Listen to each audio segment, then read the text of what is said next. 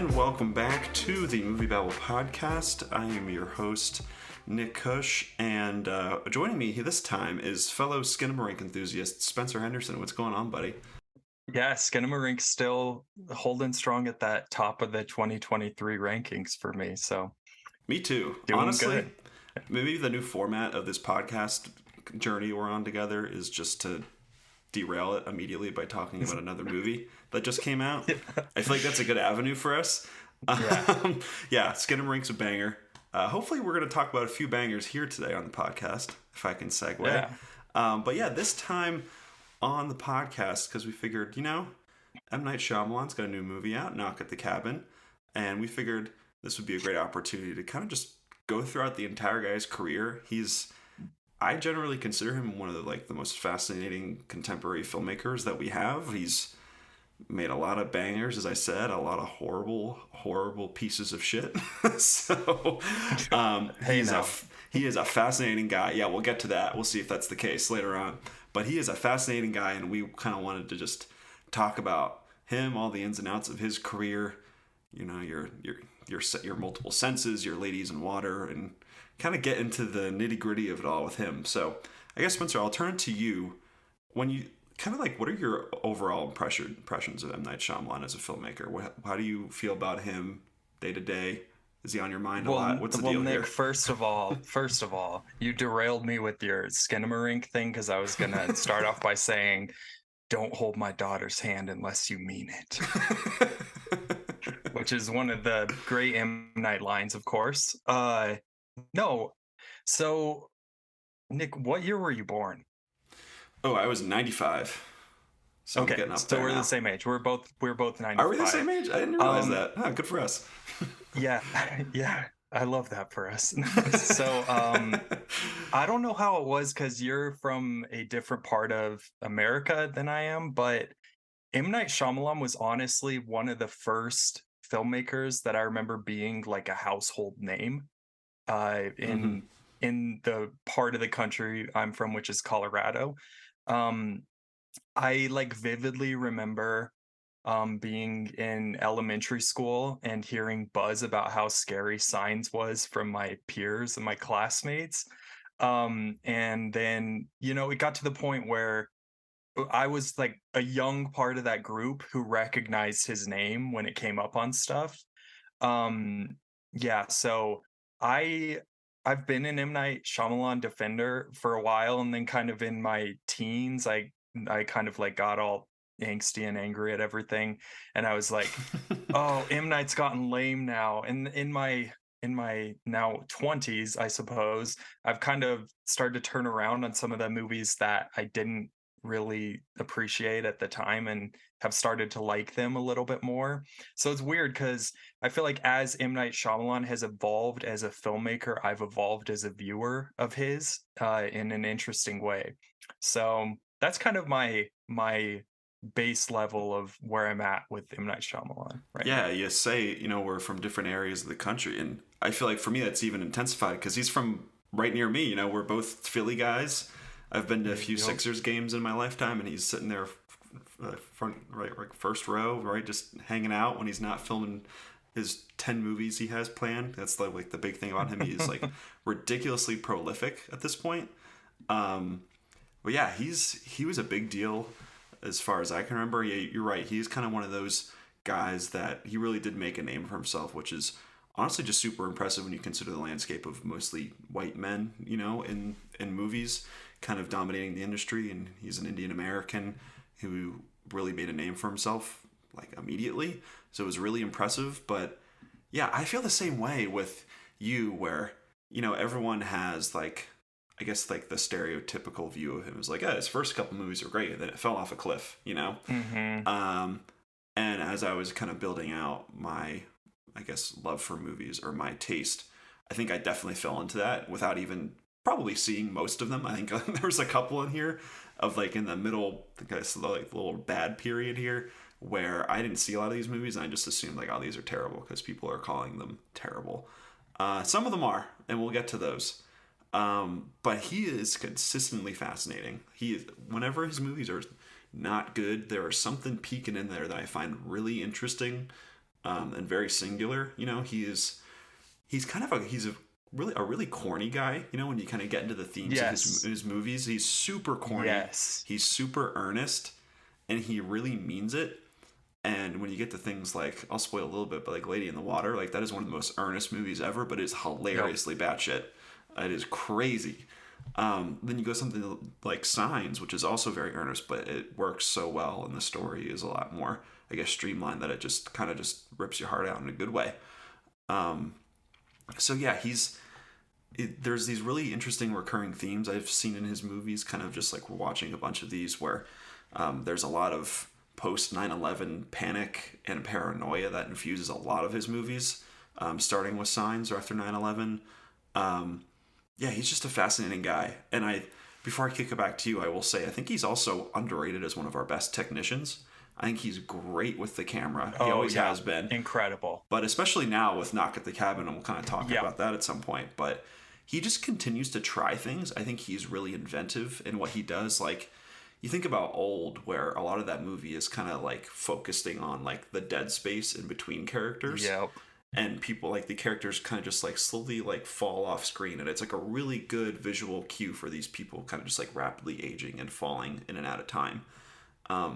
And he just does stuff like that where I think like if you're less seasoned as a viewer, you can say like, what is this? This is ridiculous. But I think there's a lot of intentionality there, and he's always trying things. And even with his dialogue too, because you know he's been kind of, I guess, maligned for how like stilted his dialogue is at times, but he modulates it too. Like there's other movies where it's pretty reasonable, and there's other movies where it's like, what is happening now? And he's playing with that Yeah. too, I think, in a way.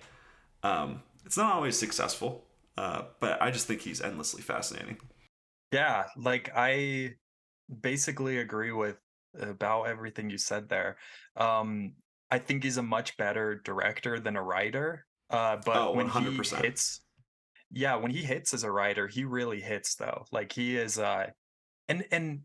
even if you go to one of his movies and it turns out to be um not what you were expecting, like in a bad way, 9 times out of 10, I would argue it's going to be interesting and fascinating at the very least, which is much more than I can say for most bad movies.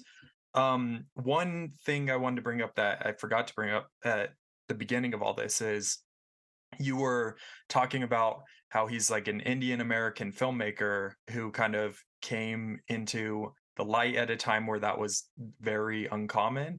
I vividly remember seeing the magazine that said the next Spielberg with M. Night Mm-hmm. Shyamalan on Yep. it.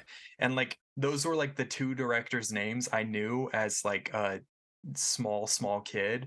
So yeah, it's and you the way he moves the camera, I think I get why he was called the next Spielberg, especially in, one of his earliest movies in particular that we'll get to. So, Yeah, he is like, yeah, he's so talented, as we said. And, you know, it would never happen now because he's built his brand as the auteur. I'm going to make my original movies. And now they're just basically original thrillers that he self finances, which is another big part of his kind of career here. But I would love to see like, I don't know, like who are our best screenwriters, like Steve Zalian or something, like write like write a script for him to make, and then like he that just would gets be to a shoot the shit out of collaboration. it. You know what I mean? Like Yeah. that would never happen. Like something like that. Like he's just gonna write his movies, or he'll adapt it from a book, but he's gonna be the main creative source on it. And you know that does lead to some movies being rough around the edges. But I would, yeah, I am fascinated if he took more like the Spielberg route, where Spielberg just works with a few different screenwriters, your Tony Kushners and whatnot, and then just shoots the shit out of those scripts. Like, and that's not to belittle Spielberg because he's also a king here, but Hmm. it's just interesting to think about like the different path that he could have gone down as a filmmaker, and what kind of that would have led to if he was still doing movies like The Visit or Old, or he's doing things that are maybe more Oscar friendly, who's to say, in that sense. But yeah, he really is one of a kind. I really appreciate him. I know, like, I feel like as I get older too, you kind of talk about like growing with a filmmaker. There's I'm looking less for things that are conventionally good, quote unquote, and kind of more things that Yeah. are interesting and have a singular voice attached to them. Which and we are going to get to in this podcast. Like that line people need to keep in mind as they're listening, I would Yeah. say. So it's just, he is one of those guys. I think every one of his movies is an interesting talking point, and I think that's why it's so fun to do a podcast about him. But yeah, we kind of wanted to just get together here and just bite a huge chunk off of this and just rank all of his movies. This could end horribly for us. It could be hilarious. We'll see what happens. But the kind of the way we're going to do is we have our personal lists of ranking the M. Night movies from 1 to 14. And we're going to come together here and try to create a combined list. So one of us might love The Happening, one of us might hate The Happening, and we might have to bargain over where that movie falls in this list. We might have to trade draft compensation down the road, however that works. We'll have to kind of make some bargains here and there to make this work. But yeah, this should be really fascinating to see what happens here. Yeah. I guess a quick programming note: we are not including his debut, is Praying with Anger, a movie he made in 1992. I think that's like his student film, or like his whatever the combination of like a thesis for film people is. I don't know what that's called, your final project. But it was never officially released. It played in some festivals, but never actually was picked up for distribution. So we decided, let's not start there. We'll start with another movie that people don't realize that M. Night directed, which is Wide Awake. So we capped it there. So from Wide Awake onward is kind of how we decided to rank these movies here. But yeah, is there anything you want to mention before we dive in here, Spencer? No, Any I don't misgivings? think either of us have seen... Any concerns? Yeah, I don't think either of us have seen Praying with Anger, so I can't really say anything there. But we have both seen Wide Awake, so we certainly have. We sat through it. That was the one I think both of us hadn't seen, right? Yeah, I hadn't actually seen a couple of these, so this was a really fun project. Cool. Praying with Anger is apparently on YouTube in pristine 480p. So if you want to watch it, go right ahead. I actually have one more thing that I want to say is it seems like both of us are positive overall on M. Night Shyamalan, like as a filmmaker and as a figure. And that makes me really happy that we're the ones making this list, because you could very easily have a couple people who are like, oh, this movie's just garbage and he's a garbage filmmaker. And I think it's much more interesting when you have people who are enthusiastic about what they're talking about. There's like a strong contention of people that he hasn't made a good movie since like The Unbreakable, or I guess Signs came after that. And so even we are Signs though, some people aren't on that one. So we are, and even Unbreakable is kind of a belated thing. We'll get into that too. So yeah, we are not those people, happy to say. I guess before we dive in, have you seen Servant, his TV show? I haven't, and I've heard it's pretty good. I watched like the first episode and I liked it, but I think I watched it at a time when I had a lot of stuff I had to watch and like get through. So I feel like it was like the end of the year, like Oscar season. But the first episode was directed by him and it was interesting. It seemed creepy and weird in a way that I liked. So I wouldn't be opposed to it. Yeah, I definitely, anything M. Night, I need to check it out, because I think at this point I have to be a completist. So maybe we do a part 2 with Praying with Anger and Servant at some point. Rank the seasons of Servant. Rank the episodes. There we go. There we go. So how the way this works is we'll kind of go back and forth nominating movies that kind of deserve to be slotted in, and then we can kind of haggle over if that actually is the case or not, or we need to bump movies around. But I guess I'll start it off here. So in the 14 spot, I would like to nominate, probably no surprise here, I would like to nominate The Last Airbender for the number 14 Agreed. slot. I figured that you will get no argument from me. Yeah. Yeah, what is there? I feel like nobody likes this movie. Like, you talk to people who maybe watch more movies like us, or people who, I don't know, who watch MCU movies or don't really watch movies at all. I think everybody passionately hates this movie for so many different reasons. They get the Aang's name wrong. They say it wrong the entire movie. It's just, I don't know. What are your thoughts here? So I unfortunately rewatched this because I actually ran into somebody on via twitter.com who saw me saying to somebody that The Last Airbender was a terrible movie. And he said, no, not terrible, not even close to terrible. So I was like, was Avatar The Last Airbender? Or I guess just The Last Airbender, not as terrible as I remembered it. So I went back and watched it. And actually, I didn't even make it to the end. Like, I made it about three-fourths of the way through, and I just like it was like I didn't even need a mirror to ask myself, what are you doing right now, like with your life? This movie is terrible, like a one of a kind type of terrible Mm-hmm. movie. I am a fan of Avatar The Last Airbender, the show. Me too. uh yeah, and I feel like if you are, there is absolutely nothing for you here. And if you're not a fan of the show, then I feel like this movie would be borderline incomprehensible. Like the mythology, everything about it is so brushed to the side, and just shit is just happening Yeah. throughout this movie in a way that is super frustrating. They completely butcher so many of the characters here. Um, there's weird whitewashing going on with specific Oh. characters. Yep. Yeah. Mm-hmm.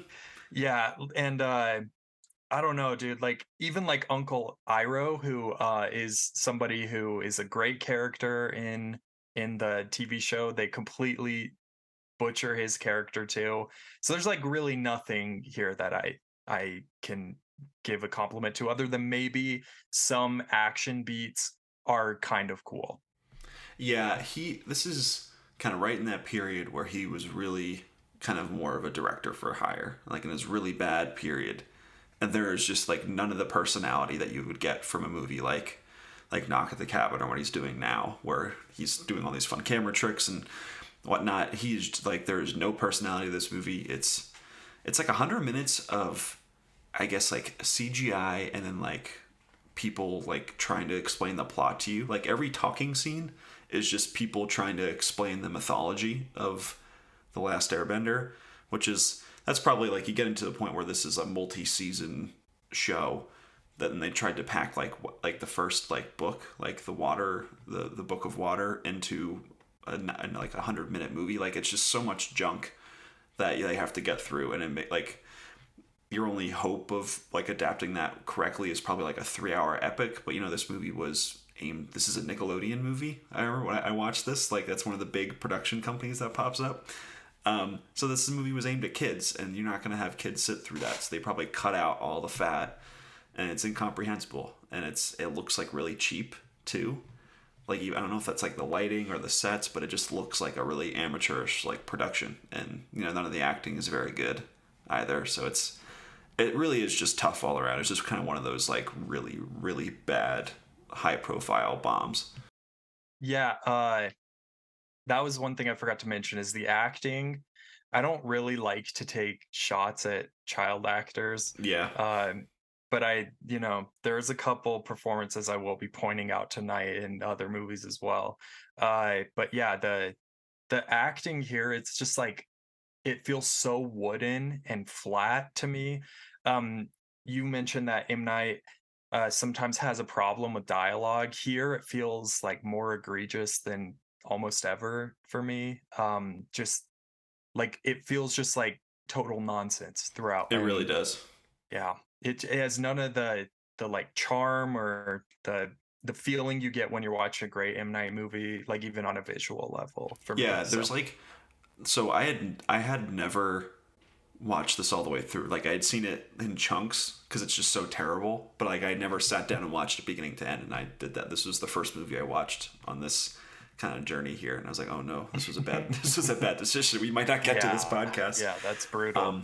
But yeah, it just, there's like we can move on to the next movie after this because I don't want to talk about this movie anymore. But there's like there's the opening scene where they rescue Aang out of the kind of like out of the ice. water, the ice, yeah.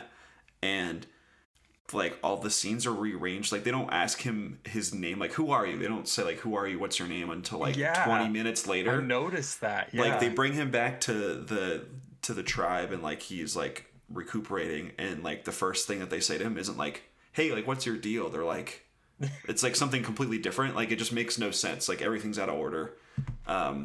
Yeah, this just really feels like this was like a for hire gig, and it went horribly wrong. And Yep. so yeah, I'm done with talking about The Last Airbender. But that was good. That was we agreed. We have 13 left. Let's see Yeah, if we can it's do it again. so far so good. Okay. So for 13, why don't you give So, us a movie to nominate here? yeah. So for number 13, I nominate Wide Awake. Okay. So this is my thought process. That's definitely I'm willing to go there. I also had Lady in the Water at 13. How are we feeling there? No, No? no way. No. Oh god, is Lady in the Water your favorite M Night movie? What's happening? Just no, I okay, there is another movie I'd be fine with here, but it's not Lady in the Water. Okay. Um You know what? I'm gonna be so nice because I feel like we're gonna have some really bad fights later on. So I'm gonna give you Wide Awake at 13. I'm gonna give this one to you, Spencer. You're good. We'll do Wide Awake well, at 13. okay, yeah. Okay, cool, cool. Okay. All right. Uh basically this movie has nothing for me. I think that I'm not a religious person. I wasn't raised Catholic, so that's a very specific element of this movie. But on top of that, it relies so heavily on this child performance. I feel like his dialogue here is really, really, really, really rough.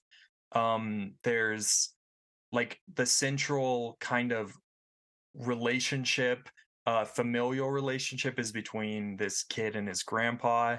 And I just don't feel like you really ever get enough there to feel a, a complete connection with him. Actually, the movie that I thought of with the boy and the grandpa's relationship was Troll 2. Just because it's the weird, like the grandpa's dead and the kid is like just kind of still reeling from the loss of his grandfather, his deceased grandfather. Um, and then, you even have like this central friendship between these two boys. And I just like I didn't really feel anything for that either. This is another movie that kind of just feels like shit just kind of happens throughout it. And then, you get to the end and there's like a twist ending in this movie, which is especially There bizarre, is a but it twist. doesn't feel, yeah, but it doesn't feel well planted. Throughout, like, it's basically like, oh, if you notice this thing that happened about every 20-30 minutes in the movie for less than 5 seconds, then maybe you'll be like, but yeah, I Yeah. totally thought that this was just a nothing movie, basically. Yeah. I think the most surprised I've ever been watching an M Night movie is that this movie actually had a twist at the end. I wasn't surprised at the twist, just that it actually went there. Yeah, I guess we should probably take a step back on this movie because I feel like nobody has ever seen this movie. And there's a reason for that. So this movie came out in 98, and then you had The Sixth Sense came out, was it 99? So this, like right on the heels, they feel like completely two different directors. Like Wide Awake feels like this was like a Disney Channel Yeah. director, and then Sixth Sense feels like that's M Night Shyamalan. Um, and well, one of the big reasons as like things in Hollywood in the 90s like would happen is because Harvey Weinstein was involved with this movie. Yeah. So this movie made, I think it made no money. I don't know what it was, like $5,000 at the box office. It bombed horribly, and kind of one of the big things that people say about it is basically that Harvey did what Harvey did and just basically took it out of M Night's hands and like re-edited it to bits, basically, which is what he did with so many different movies back then. So you can kind of see where it is kind of just stuff happening, and I imagine that was probably Harvey Weinstein's doing, as he did with so many other movies. And yeah, it's just this bizarre little movie about a kid who is sad that his grandfather died, and his grandfather played by the great Robert Loggia. by the way. There's people in this movie. Like, it's not just a bunch of no names. There's Julia Stiles. Rosie O'Donnell. Yeah, Rosie Julia O'Donnell's Stiles, in there. yeah. Dennis Leary is in there too. Like, Yep. there's people in this movie. But yeah, he looks to figure out faith, basically, in the wake of his grandfather's death and what his purpose is. And, you talked about not being raised Catholic. Well, being raised as a Catholic person who doesn't really do that anymore, but that's fine. This movie is not good. This movie is not good. I was gonna say, I was cringing, prepping myself for you to say this is a great film. Yeah, great American film. It's number one of all time is Left Behind, and then number two is Yeah. Wide Awake. So honestly, like, I watched this movie and I had it a little higher on my personal list because I was like, this was clearly taken out of his hands. Who knows what like M. Night's vision was for this? I imagine that like the grating voiceover by the kid was not an original inclusion because it's really bad. It's prominent throughout the whole movie too. Like, and that's most of the dialogue, I feel like, is the voiceover. Yeah, it's really tough. It's like it's Harrison Ford in Blade Runner like kind of levels. It's really bad. Stuff just happens, and then a twist happens at the end. Honestly, I don't even want to spoil it because it's pretty funny. You shouldn't. But you shouldn't watch the movie. So I don't know. I'm torn. Yeah. But yeah, this movie just isn't particularly good. It's very obvious why The Sixth Sense was kind of branded as his debut movie, because I'm sure everyone involved in this movie kind of wanted to forget it very quickly. Yeah. So yeah, it's not very good. I think it's worthy of the 13th spot. This is kind of like now thinking of it, last time on the podcast we brought up Martin Scorsese's Silence. This is kind of like Silence for kids. It's like the kid goes through a crisis of faith. That's your pitch. Yeah, and then God breaks the silence at the end of the movie. Or it's like It's a Wonderful Life, but with a Catholic kid. Is kind of the idea, Yeah, same thing. All the great movies. It redoes it. Yeah.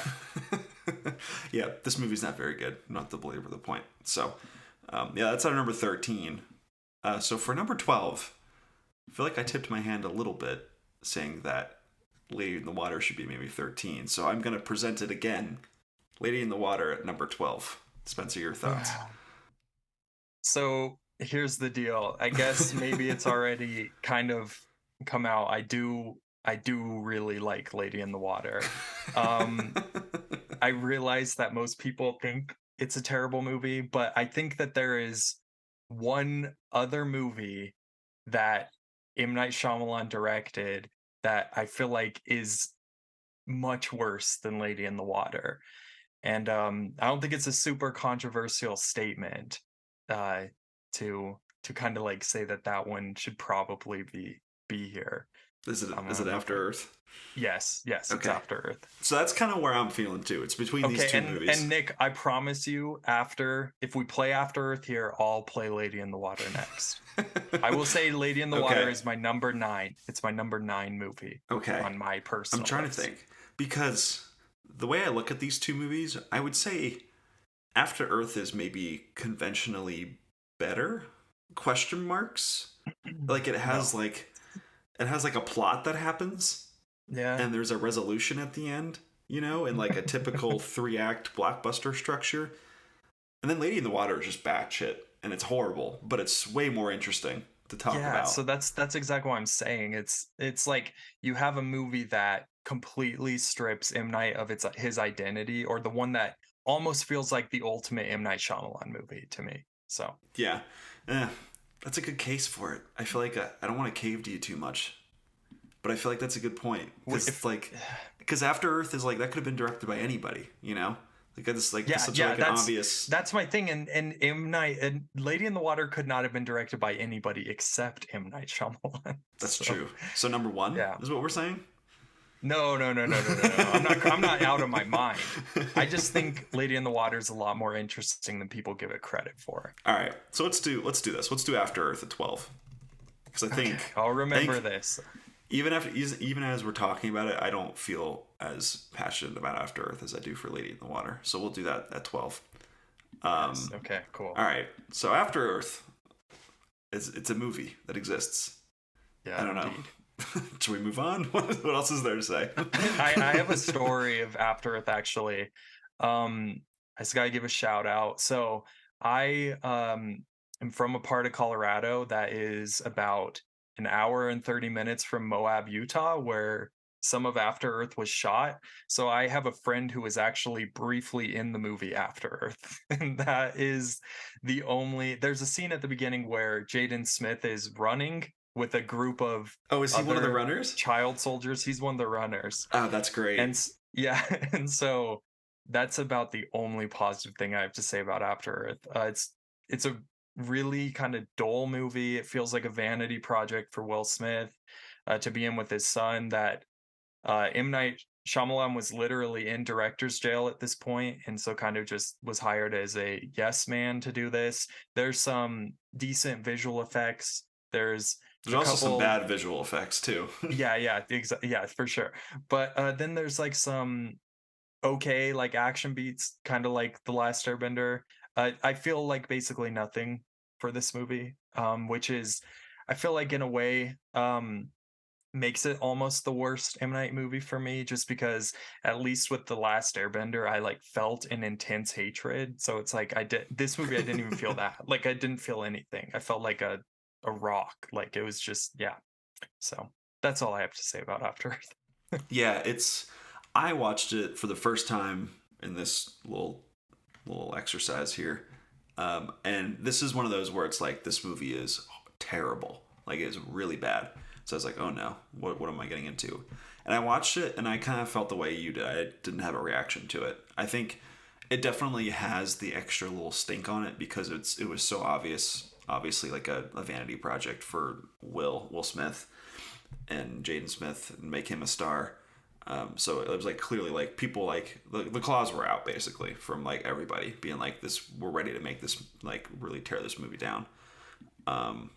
But yeah, I think it's just, it was very obviously like another movie that was probably over 2 hours. Like it probably wanted to be like a 2 hour 15-minute epic, and it just wasn't really coming together. So they're, all right, we'll make it a 90-minute movie and we'll be in and out, and it's going to be super boring, and it's just going to be Jaden Smith walking through the woods, and then he's going to find a beacon, and then the movie's going to be over, and that's going to be it.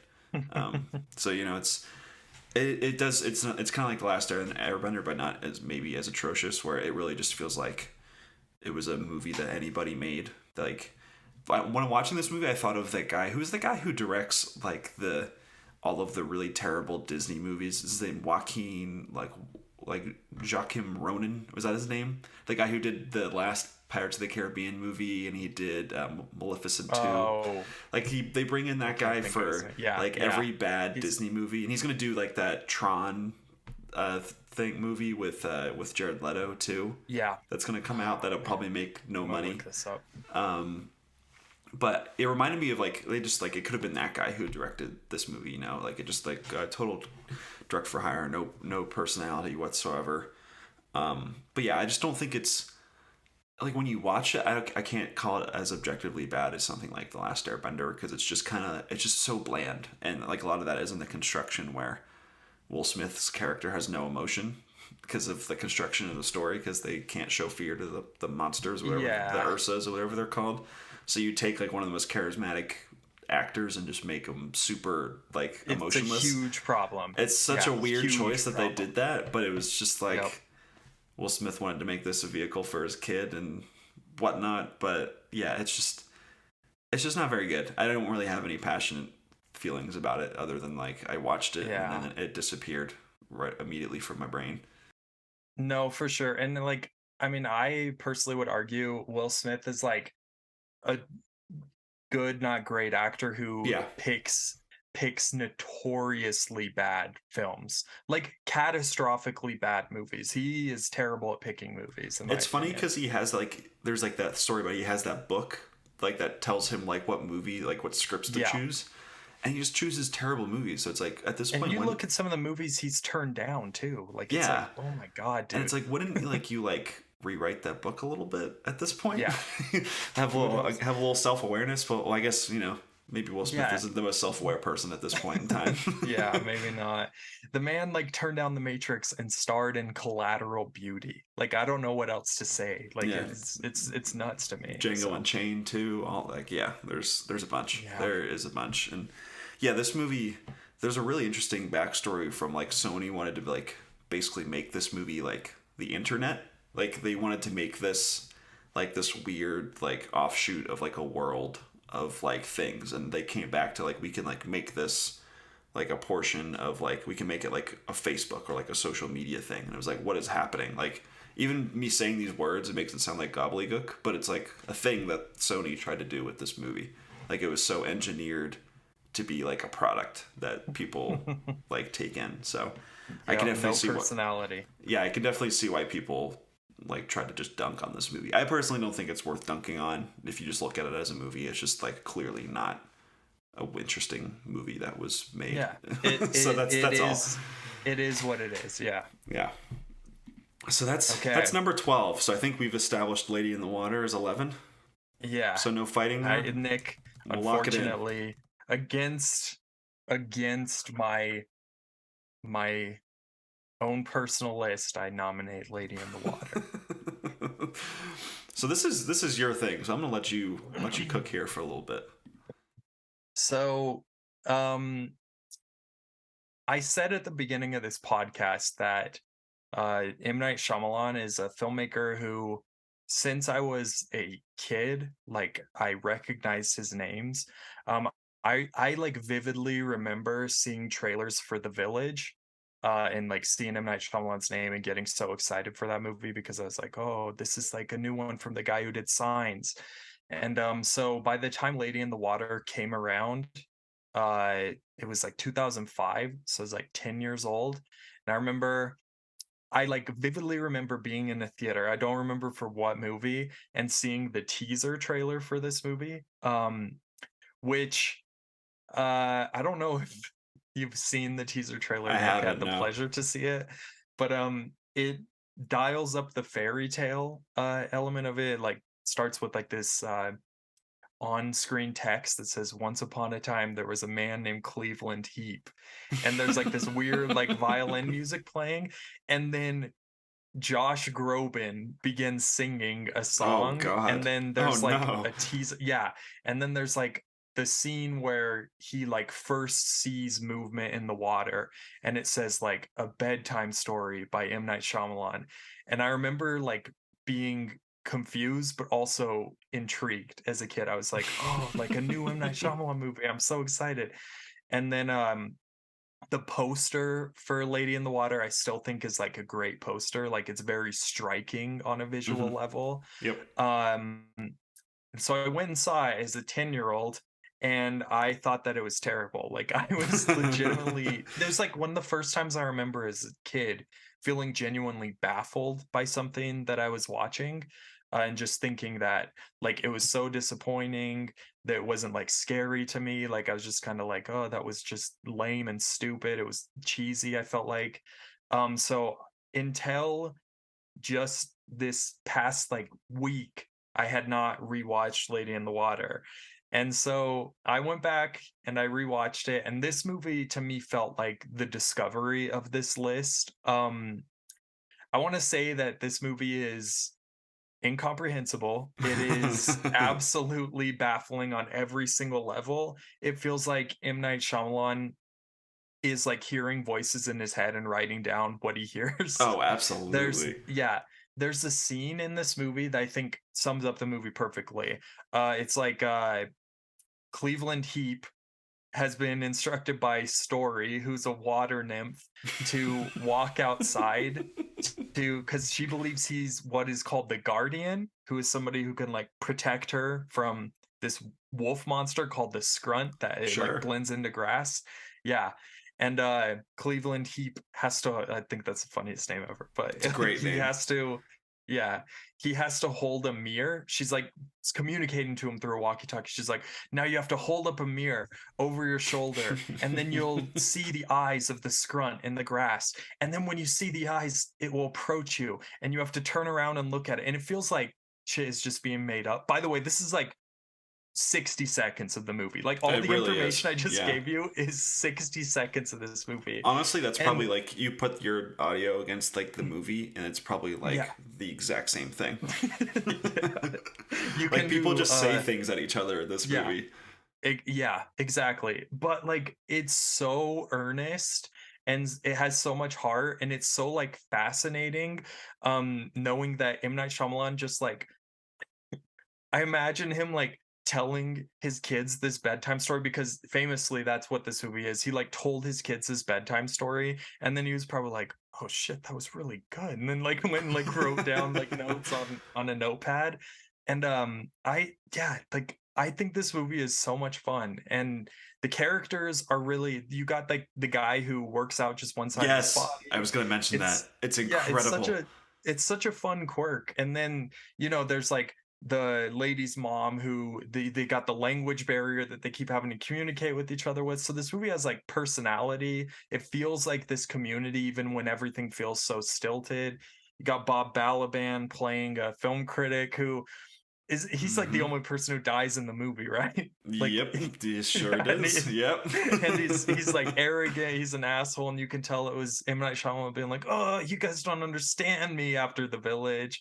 And yeah, I had so much fun with this movie. And at the end, like I actually felt like something when the giant bird when the monkey creatures came from the trees and beat the shit out of the scrunt and then took Story away and Cleveland Heep was like, "Thank you. I learned a great thing to let go," or whatever. Yeah, It's like it whatever he feels learned.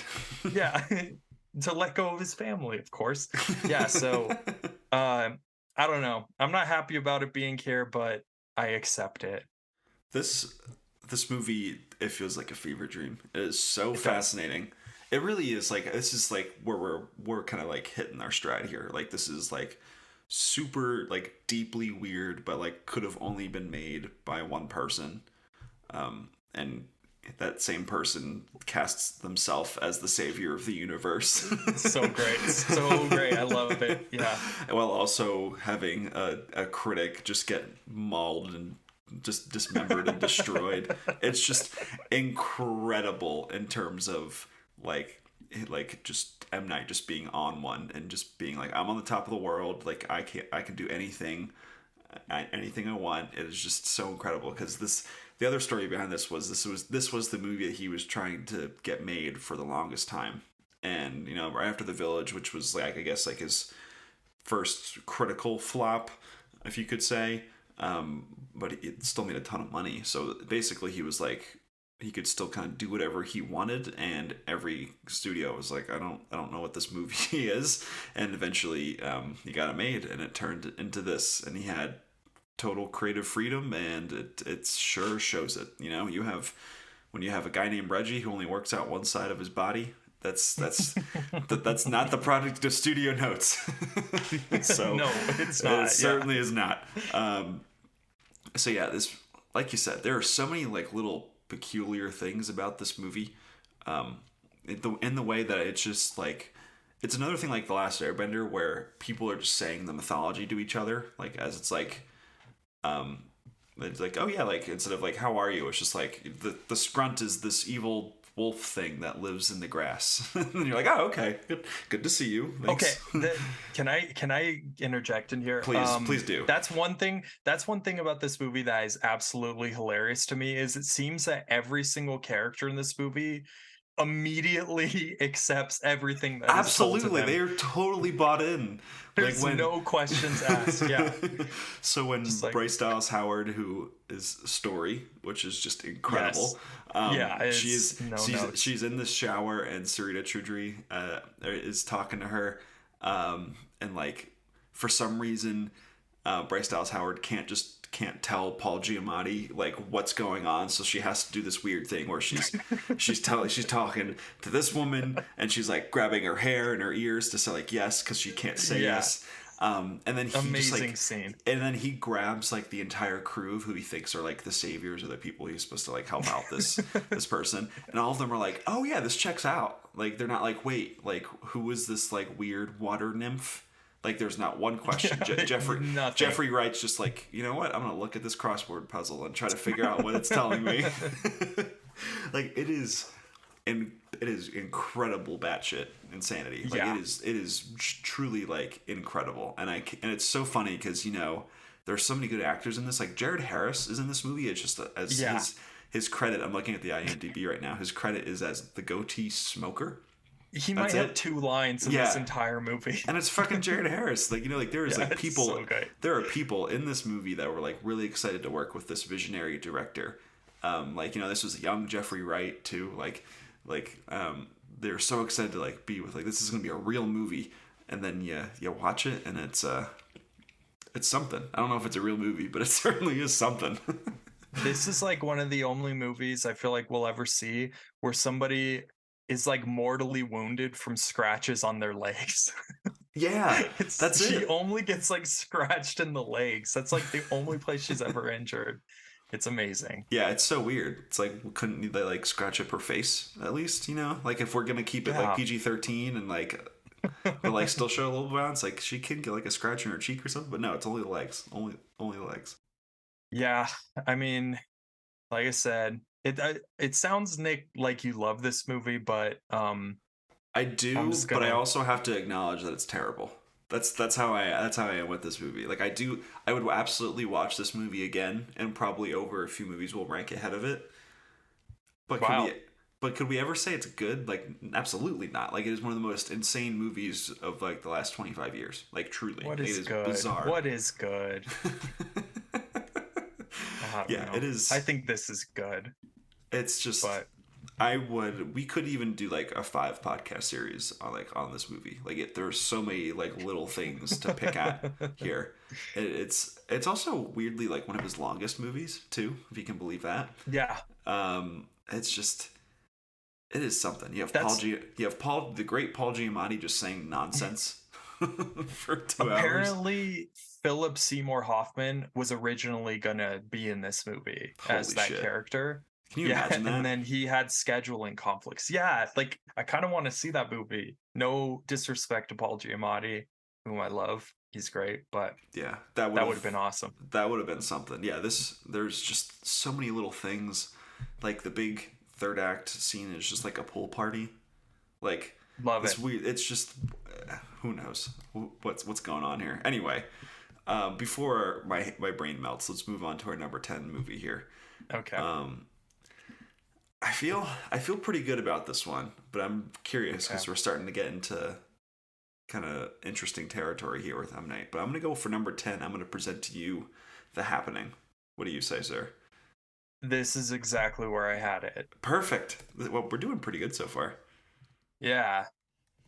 For sure. It was below Lady in the Water, I will say, but So The Happening is, I feel like people connect Lady in the Water and The Happening together as the 2 batshit movies that he made in this mid 2000s period, and I kind of get why, because you look at The Happening and Mark Wahlberg and Zooey Deschanel they're doing something in this movie. Their performances are truly baffling in the middle of this. Like if you had never watched Zooey Deschanel in the movie before, you would think like this is one of the worst actors ever. She's horrible in this movie. And Mark Wahlberg.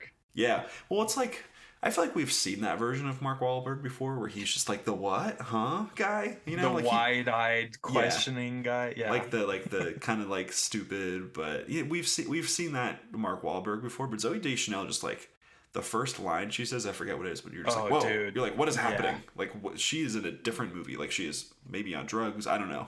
Like something crazy is happening. But all that's to say, I think there's, like The Happening is in a long lineage of like these eco thrillers where it's like the earth turns against us in some way, and we all have to kind of band together, or it's just like all out madness and people running into each other, like kind of one of these hyperlink movies. And I think it's like if you can kind of tear back, the Marky Marks and the Zooey Deschanels and take my daughter's hand if you mean it of it all from Leguizamo in there. This movie I think is really interesting, and has one of the, I think, a really palpable. First of all, I mean, it's obvious now. Like you look back on it, it's like a really good COVID allegory in terms of Mm-hmm. like you can only be in small packs. But so like the cities are doomed, but you kind of go out into the rural areas, and there's like ignorance surrounding it that kind of kills and dooms everybody in a different way. Um, but in terms of kind of looking at this as a post 9/11 paranoia thriller, I think is really fascinating because, I mean, they're obviously like it changed like cinema and forever, and how like we kind of depict paranoia in film. But you do look at this movie as very much of like we don't know what the villain is. Like you're like running frantically in this kind of like lawless land, and and I think there's something really interesting in looking at like the underpinnings of what this movie is like kind of in conversation with in the real world. I think it's deeply fascinating. Is it a good movie? No, definitely not. But I think there is like far more to like choose or like pick at here. I think there's a lot of things that were very intentional about this movie. It was probably made in a lot of ways like exactly how it was planned to be made. And there's some really good sequences in it, but yeah, there's definitely some wonky dialogue in there that people have tried to like look back at as like kind of like a goofy play on like an exploitation movie from like the 70s or something like that, which I can't quite get on board with. But I think this movie is really, really interesting in terms of what it's in conversation with. Yeah, M. Night said he was kind of trying to make like a throwback to like 50s like sci-fi Yeah, thriller and those horror movies are things. campy too. Yeah, and I think when viewed through that lens, I actually think this movie's pretty good. Like I like The Happening. I should have said from last one, Lady in the Water on, I like all these movies. So we're now in territory where it's like I'm positive on everything. Um yeah, this movie, the two lead performances by Mark Wahlberg and Zoe Deschanel are a sight to behold in this. They are bad in this movie, like genuinely bad. I don't buy Mark Wahlberg as a like science teacher for even 1 second, What happened and to I the don't bees? buy. What happened? Yeah, What happened to yeah, them? truly bizarre scene. And then Zoe Deschanel, I don't buy as a human being for one scene. She's like just something else in this movie. But this movie's really fun. There's some sequences in it that are genuinely tense and well Mm-hmm. executed. The cinematography in this is incredible. It's Like, incredible, yeah. yeah, there's a scene where they're running from the wind that is like so well shot. Like It's it makes really the wind tense. feel menacing. Yeah. And I actually think John Leguizamo is awesome in this. Like he had his like death scene in this movie, I think is actually super effective. Like the way he's like trying to talk to this lady and like calm her down even though he knows he's doomed, like it's the impending doom coming for him. I think he's like actually the only maybe actor who feels like he did good in this movie to me. Yeah, he came um out unscathed, definitely. yeah, even with the line "don't take my daughter's hand unless you mean it," which is so it's aggressive and weird, like in that moment, like really it just. tough. Yeah. Jeremy Strong shows up in this movie for like a scene as a soldier, and he says Cheese and cheese and crackers. crackers as a curse word. Yeah, it's incredible. And then the MVP of this movie, honestly, for me, is Frank Collis, who is like this older man who Is he the he's the hot one dog guy? who's. Yeah, yeah, Yeah, yeah. yeah, yeah, And yeah. No, he's like definitely. just he's just babbling on about how the plants are going to turn on us someday throughout the movie, and then it turns out like his ramblings were correct. But his facial expressions in this movie, like every single facial expression he makes, I think is the funniest thing ever in this movie. Like he just has It's like so a good. face that, yeah, M. Night Shyamalan just like gravitates towards, it feels like. It's funny And because he's in the village too, and like yeah, you barely notice him for a second because he doesn't have the same like twitchy bug eye thing going on, yeah. and you're like, oh, it's that guy, it's the hot dog guy. Yeah, he's just so funny in this movie, and it feels like he knows that he's in kind of a corny, throwback movie. Um yeah, I like this. This movie's fun. Like it's a good time. Like if you've I feel like it does not deserve the amount of like hatred that it gets thrown at it. Like I think this movie's actually really fun. So Yeah, I think it's so many people get tied up with the performances in this movie, and it's like I can see that, you know, you're just like, what the fuck are these actors doing? And then like that kind of yep. like could deflate like the tense stuff that's happened, like all the tense scenes that happen. So I can get that. Yeah, but I'm with you. Like kind of like I said, I think there's like a lot of interesting ideas that this movie's kind of floating around, and definitely in a The like in a pandemic context, it kind of does become a lot more resonant. the scene where the lady shows the footage of the lion ripping the guy's arm off is one of the funniest things I've Oh, ever it's seen. so funny. It's so It's funny. so good. And like Makes no sense, but it's awesome. some Yeah, like some of the montages of people committing suicide in this movie are like pretty funny to me. they're hilarious. There's like another super well shot scene, like the concept of it works is the gun that keeps falling and then somebody walks towards it and picks it up and then Yeah, like but it's another person so goes, funny. It's yeah, so it's funny. funny. It's really It's funny. really Yeah. good. Yeah. It's great. Yeah, this and then there's you know, Marky Mark talks to a plant. That's another thing that Yeah. happens in this movie. Talks to a tree. It's the incredible scene. It is such a weird thing because there's so many goofy things that happen, and then you do kind of do feel like this, like I don't know if terror is the word, but like you feel a little something. Like it does kind of drive like a somewhat of an interesting point home. I don't know. I think there's this movie is really interesting. I agree with you. It is unfairly maligned in a lot of different ways. So I'm kind of into it. I don't know if I can quite say it's good, but like this like from here on for me, I say all these movies are good for me. Yeah. But I do like this I movie, like it. Yeah. and you know, It's hot fun. dogs are high in protein, and you know they're really good for you. Uh, let's Exactly. move on to number Yeah. 9. I believe this is your turn. What This do you is got for us? me. Okay. We're in Nick, weird I don't know if territory this here. is I feel like I don't yeah. 4 through 9, I think is a really interesting kind of what do we do here? Yeah. Okay, I don't know how this is going to go over, but for this slot I nominate Split. Oh, so that was my number 8. Okay. So here's where I'm at. I had Glass was my number 9, and I had Split at Mm, 8. mm, Um, mhm. so I think you're a bigger fan of Glass than I am. I like Glass, so you don't have to there won't be as much defending going on. But I don't know. I don't know. Try to sell me on it. Uh Glass is my number 3. Oh shit. Here we Yeah. go. The podcast has started. It Yeah. started. Um Oh my god. yeah. Oh, Yeah, well, that's a we can't. curveball, I know, but So we can't. Well, I can't. I can't, good conscience, bring your 3 down to 9. We'll have to figure something else out here. So let's do. So if it's your 9 and my 8, why don't we do split at 9? Let's do that. Let's lock it in. okay. Let's do All right. that. I feel like that So makes sense. here's the thing. Here's my argument. Split is a good movie, but the incredible reveal at the end tricks people into thinking it's a great movie.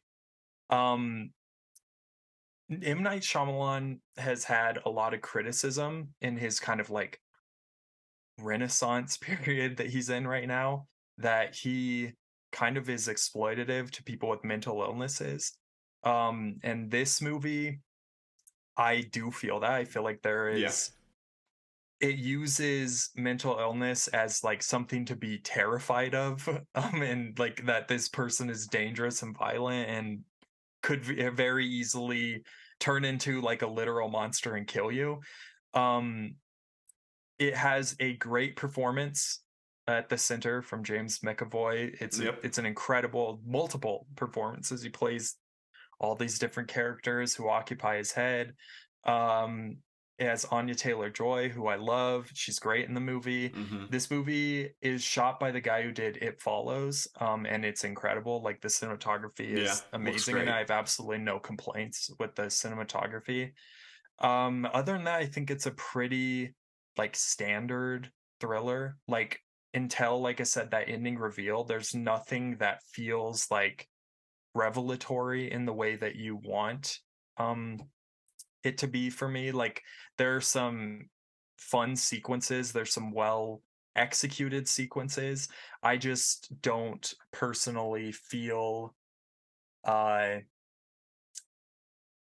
I guess I just don't feel this reaches the heights of the best film in this series. And I think that it to me it's the weakest, just because it feels like, while it can stand on its own, it's missing, I guess, Samuel L. Jackson and Bruce Willis for me. Like, Yeah. it's just, yeah, it feels like kind of almost gimmicky to me, in a way that after I saw it for the first time, I was like, oh my God, like, this is incredible. And now I've kind of soured on it a little more, I Yeah, guess. I feel the exact same way. Nothing really to add. It's just, it's just a good solid thriller that has like a few standout things that probably make it more talked about than maybe it deserves to be. Yeah, plays really fast and loose with mental illness, that's for sure. Out of all of those like criticisms that have been thrown his way, this is probably the biggest one, I guess. Well, you can talk about The Visit, but I kind of love that movie. We'll get to that in a little bit. But yeah, this movie is just a really effective thriller with good performances. You got Haley Lee Richardson in there too, early Yeah, Haley Lee she's Richardson, awesome. and like she's like one of my favorites. So it's always fun to see her Yep. in that. And then she just dies like very quickly. So yeah, this I think you're right. Where the ending, it was like such a holy shit, and like it was a really Yep. cool movie theater movie, because Yes. I think at that point like Unbreakable wasn't kind of at the stature it was, because I think a lot of people like went back to it after Split, because they're like, what is this, like what happened at this ending. But for me, Yep. like that was like a super cool, like obviously did not see that coming. How could you, unless someone spoiled it for you. And it does kind of like does change your perception of the whole movie. I do think in some good ways though, because you're like the entire time you're like, how do these personalities allow James McAvoy to do all this stuff? And the ending, it recontextualizes it as like, oh, it's a superhero universe, so this can be a little more heightened. This makes a little more sense. So I think it does Yeah. work in that respect. But yeah, I think I'm with you. Just a super fun thriller that I think was probably the movie that said for a lot of people that okay, M. Night's back, even though Yeah. I have some other movies that I like a lot more. Yeah. Same. Same. Yep. But yeah, I like that movie. It's fun. It's a really fun It movie that I is. would like. It's probably going to be like a good like sleepover movie in a couple years, because I think it's still PG-13. I Yep. think. Yeah. His So only two R-rated movies are The Happening and Knock at the Cabin. which is fascinating. It's really Yeah. interesting. Yeah. So I like that there. Okay, so that's 9. So we'll go back to 8. So this is me now. I'm looking at the list of things. So we're gonna save Glass. I think I'm good bargaining Glass later we on don't with need you. to. We don't need to save Glass that much longer. I know that I'm kind of in the minority on that one, so you can Yeah. play Glass wherever you feel, Nick. I'm gonna give it to you. I'm in a good mood today. I feel like it's your 3. It has to be a You're little not higher going than to be 8. in a couple seconds, I don't think. So I have a feeling that you like this movie a little more than I do, even though I really like it. For the number 8 spot, I'm gonna put The Village. The I Village. can see your face. You're not happy. Yeah, The Village is my number one. Oh no. Yeah. Oh no. Pl- Wow. yeah. We're I diverting here. absolutely love We're The Village. diverting Yeah. here. Oh my god. Yeah. This is Yeah. incredible. Well, we can't do that one yet, that's for sure. Hmm. How about If it Knock at the makes you feel any Cabin? better, Sorry, go ahead. this is exactly where I have Knock at the Cabin. Okay, let's do Knock at the Cabin, 'cause that's my Yeah. 6. I had Okay. Village at 7, so let's do Knock at the Cabin here. Pretty soon, by the way, we're going to be turning into me having to make compromises. Yeah, that's why I'm just I know like for a fact. I'm buttering you up for all this. Yeah. You know what I mean? Yeah. So we're Yeah. gonna get to me in a little bit. Okay. Yeah, Knock at the Cabin is a new one. I was really pleasantly surprised at this movie. It's the trailer, that teaser trailer for this movie was really, really good. It was like, oh, I can't wait to see Awesome. this movie. And this is kind of one of those movies where I kind of wish there was just 20 of these every single year. It's just like a super great, like solid thriller, like impeccably photographed. Like he has Jaron Blaschke, the guy who did The Lighthouse and all these other amazing movies, as a cinematographer. So even though it's like all takes place in this cabin, it looks incredible. There's really incredible blocking in this movie, and then Shyamalan is doing some awesome stuff as well with the camera. It's just a really well produced and like really like handsome production. I guess it looks incredible. And yeah, it's never quite as profound as I think it wants to be. I think we'll keep spoilers out of this because this is the new one that just dropped. Okay. But I think the ending is really interesting, and it's definitely become a point of contention for a lot of different people. And it's interesting because I heard him talk about like kind of the adaptation of this movie, and it sounds like the book is a lot different from what the ending of this movie is. A lot better, I would argue. Yeah, and his whole thing was like, apparently in the I guess spoilers for the book, but there isn't really a choice that is made at the end of the book, and he was like, well, there has to be some kind of choice made, and what are the ramifications of that? And there's a choice made by these characters, and I think it's been like weirdly like, just because there is a choice that like this movie ends happily, and I don't agree with that. I think there's like a lot of interesting trade-offs that this movie, or discussions of trade-offs that I think this movie makes, whether it's like queer simulation or just kind of like any other kind of tragedies that we kind of have to move on from as a society. You kind of have to like swipe away to kind of continue on. I think it's really interesting. Maybe not as quite as thought-provoking as it wants to be, but still like pretty interesting. Just a really, really effective thriller. I really liked it. Yeah, I mostly agree with you. I think this movie, for a significant portion of it, I was convinced was going to be M. Night Shyamalan's best movie since The Village. And then the last 10 minutes happened.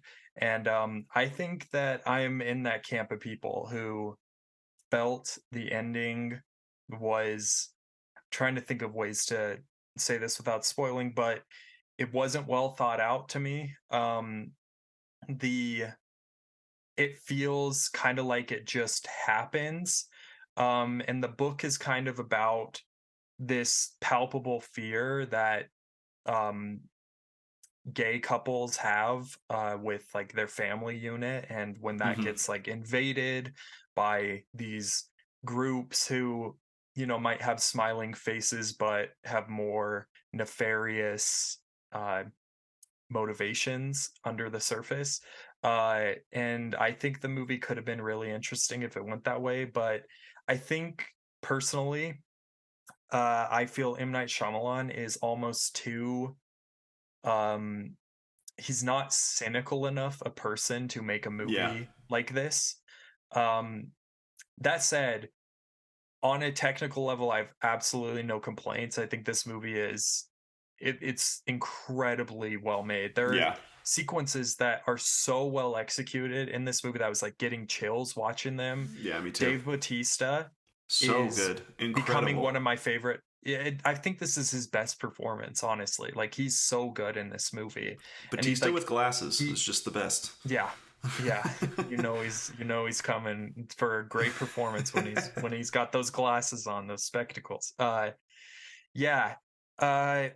Really good movie, but I do kind of, if you've seen it, you've probably seen criticisms about the ending, like what the statement that the ending makes. I am kind of in line with those criticisms personally.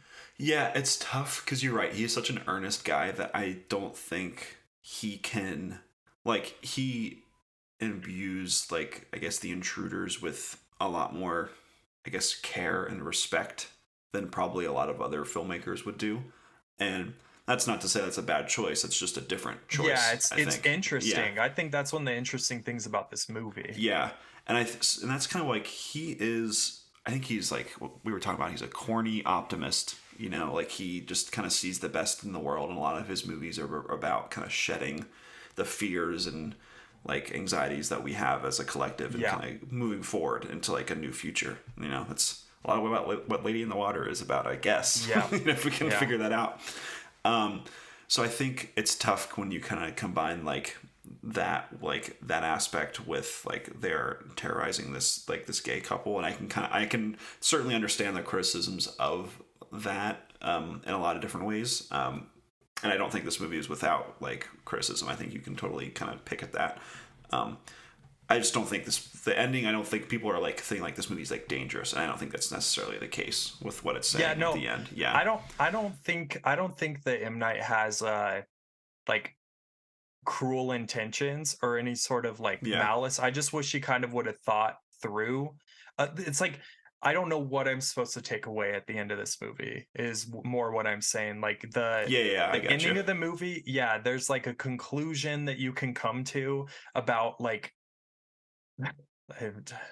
about God at the end of this movie that is incredibly bleak, and I don't know if he necessarily like meant it to be that way. Yeah, it's kind of the ending. You're right, where it kind of just happens, and I think part of that is to like, well, it's up to your interpretation, and I think like there's enough there in the lead up to that where it's not like a total dud for me, and I think you can kind of like pick at certain interesting things and make it kind of it's like a good conversation starter, but I also don't think it gets all the way for me there as well. So I feel like we feel similar about the ending, but Yeah. just for different ways. Like Um, if he would have ended it like right before a scene at a diner, I would have been totally positive on this Yeah, movie. I That's kind actually of how like I that feel. scene though. In the vacuum, I thought that scene was really good. But yeah, I hear Yeah, you. okay. Okay, one more That's our thing I want to cue. say about this movie. There's a scene where there's footage of a tidal wave that it like tore me out of the movie because it It's feels very funny. so, yeah, it feels like how did they get this Yeah, footage? who's Like I'm filming so that? Yeah, confused. Yes, exactly. how Like do it are was, they yeah. live streaming to CNN? Like, how does that work? Yeah, But it doesn't like have any indication that they're live streaming. It's just so bizarre to me. yeah. So yeah. Just M Night's got to M Night. He got a fun cameo in Yep. this movie. He But yeah, did. It was great. Great. that I like this movie. I think it's pretty Yeah, good. same. It's in the line of just like his really good thrillers that he's making, and I'm totally for those. So I guess Indeed. we're back to 7. So I'll leave it. I'll Hmm. give it to you from here. Yeah, so I have a title here that I'm almost positive is your number one. So I'm gonna save that. Let's just say that. Um, I'm actually, even though you know where I rank this movie, I'm actually gonna propose that we put Glass here I think because I that don't want to works. like, I don't want to infuriate anybody. So that's your 3, Mostly. and it's my 9. Yeah. So Yeah. we'll put it at 7. Okay, that kind of makes Cool. sense. Yeah. I think that works. Let's do Okay. it.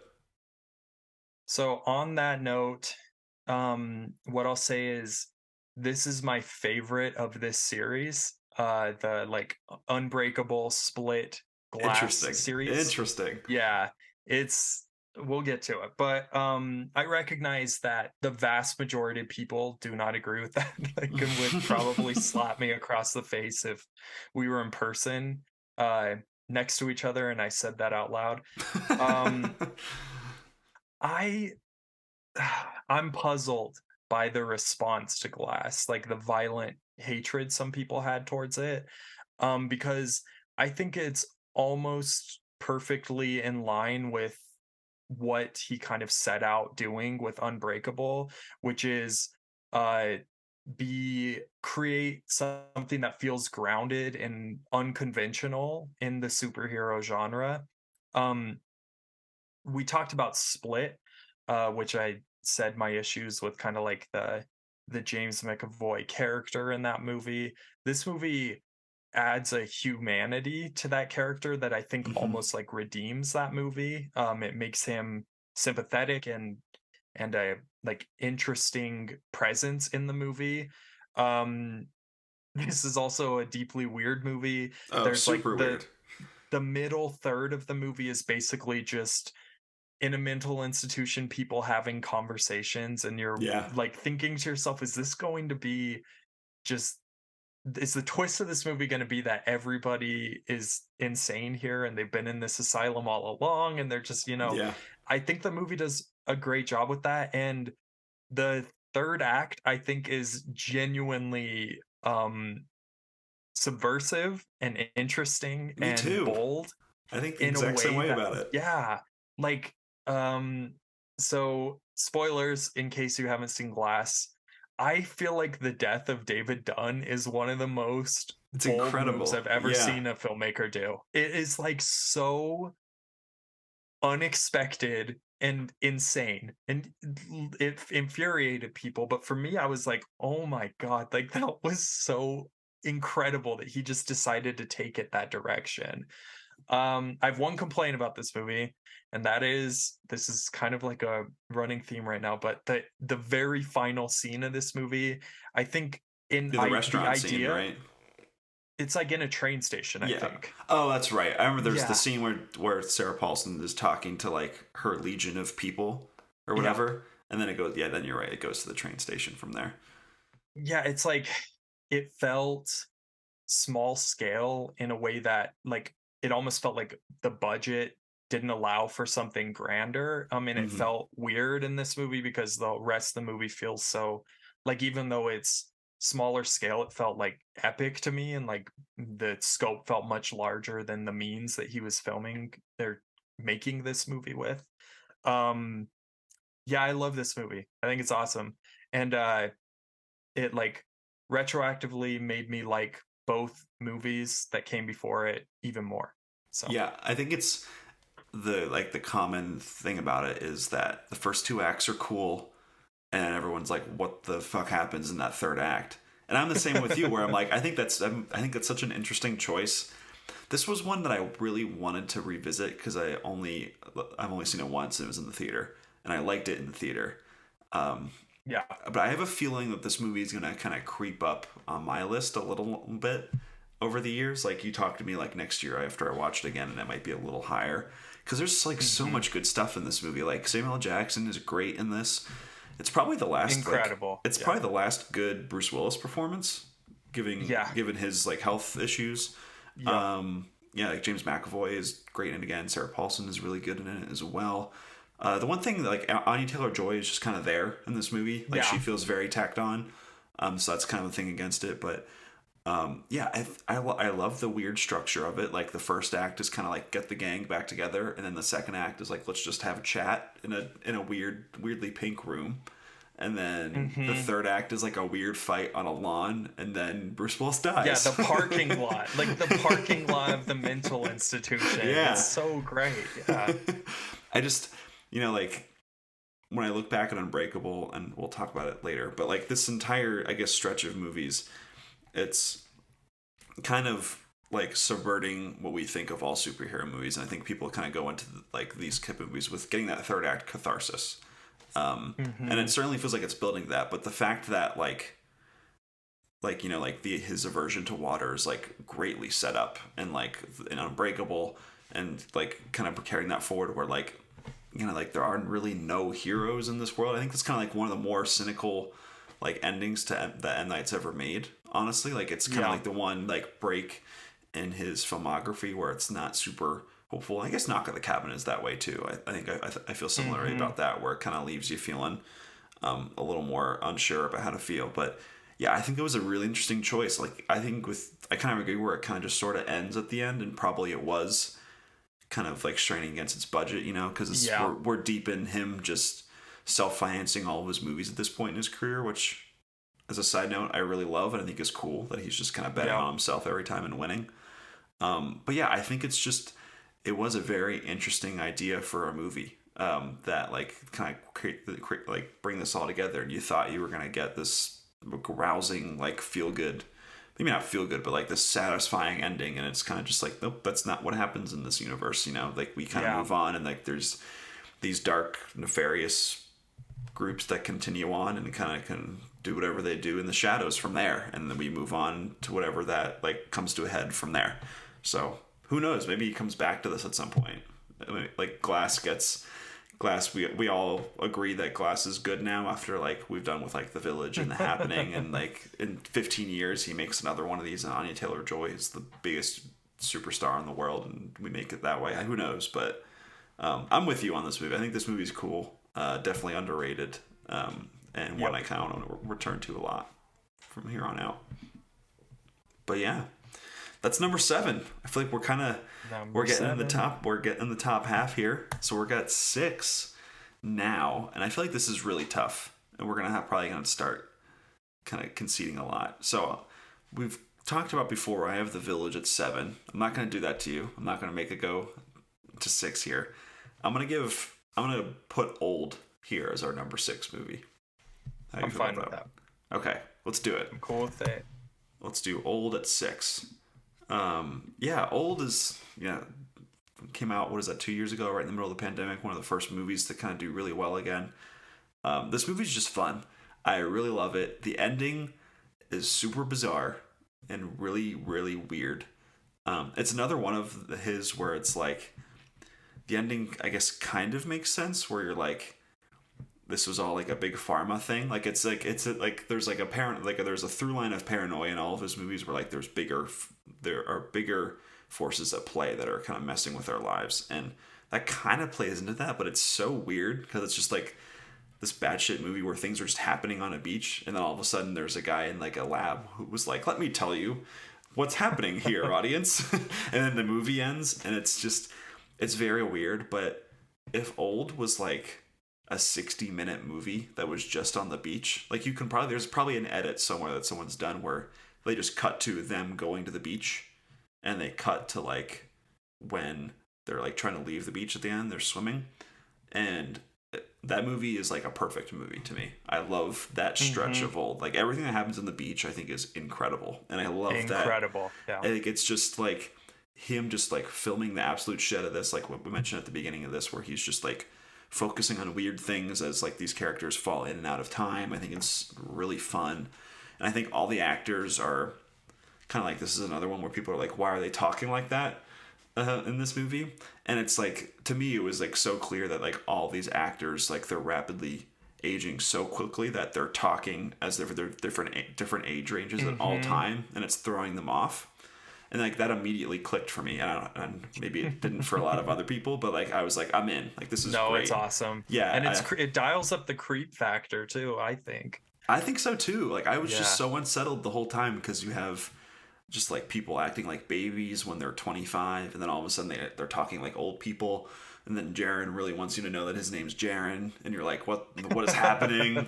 And then what's her face gets split into a pretzel, and it's really gross. I think everything that happens on the beach in this movie I think is just like incredible stuff. Same. We're both old heads. I'm happy about this. I love it. This movie is a blast. Like there are people who violently hate this movie. Like I saw some tweet the other day of some like film YouTuber, I think, who was complaining about how the movie's shot.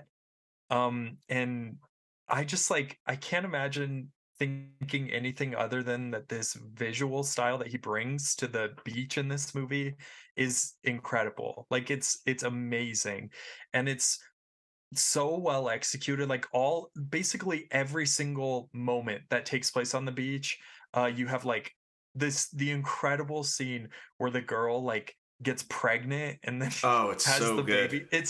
It's so freaking awesome. Like incredible. Like I feel like this is M. Night working really like at the height of his powers when we're on the beach, like you said. Yeah. And then everything outside the beach, it's like it's fine. I wouldn't call it like terrible. Like I'm not like upset with it. Like the twist, it kind of feels like, okay, yeah, it had to be there. Even though I do wish it could have just been like some weird beach that turns people old. Like that would have been more fun and interesting to me. But like the performances as well, I think in this movie are actually underrated. Like you have Vicky Krieps, I think she's great in this movie. Like I genuinely think she gives a good performance. Yeah, I think like, so too. The dialogue, like some M. Night movies, does feel a little bit stilted, but when you're looking at the type of movie that this is, it's like kind of like the B movie kind of trying to be a little more corny and fun and exploitative to some degrees, I think it totally works. Like this feels like a great blend of like M. Night's sensibilities as a writer and as a director. Yeah, and I So think like the fact that these like people's bodies are like totally rejecting them in every moment, I think it just makes sense for everybody to just be acting weird all the time.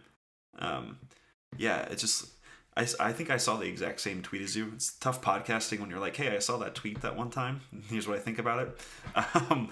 But it's just like I think that when people say like why is this movie shot this way, I think that's just such like an indictment of like how little directors are like trying or like trying to invent yeah, like cinematic language in like modern movies. So I think we've just been so like I think modern movie making, I mean, it's just like Marvel movies are just like in front of a seat, like a CGI like blue screen or whatever, and then like they just like shoot here, camera here, and they move from there. Like there's no yeah. inventiveness in There's any of no that. artistry. Yeah, it's Yeah, like yeah, people don't know what empty space is. I guess like it just doesn't make any yeah, sense and to like me. That, I just love how he's just trying different stuff here, and you got yeah, it's dude, just it's so I love it. awesome.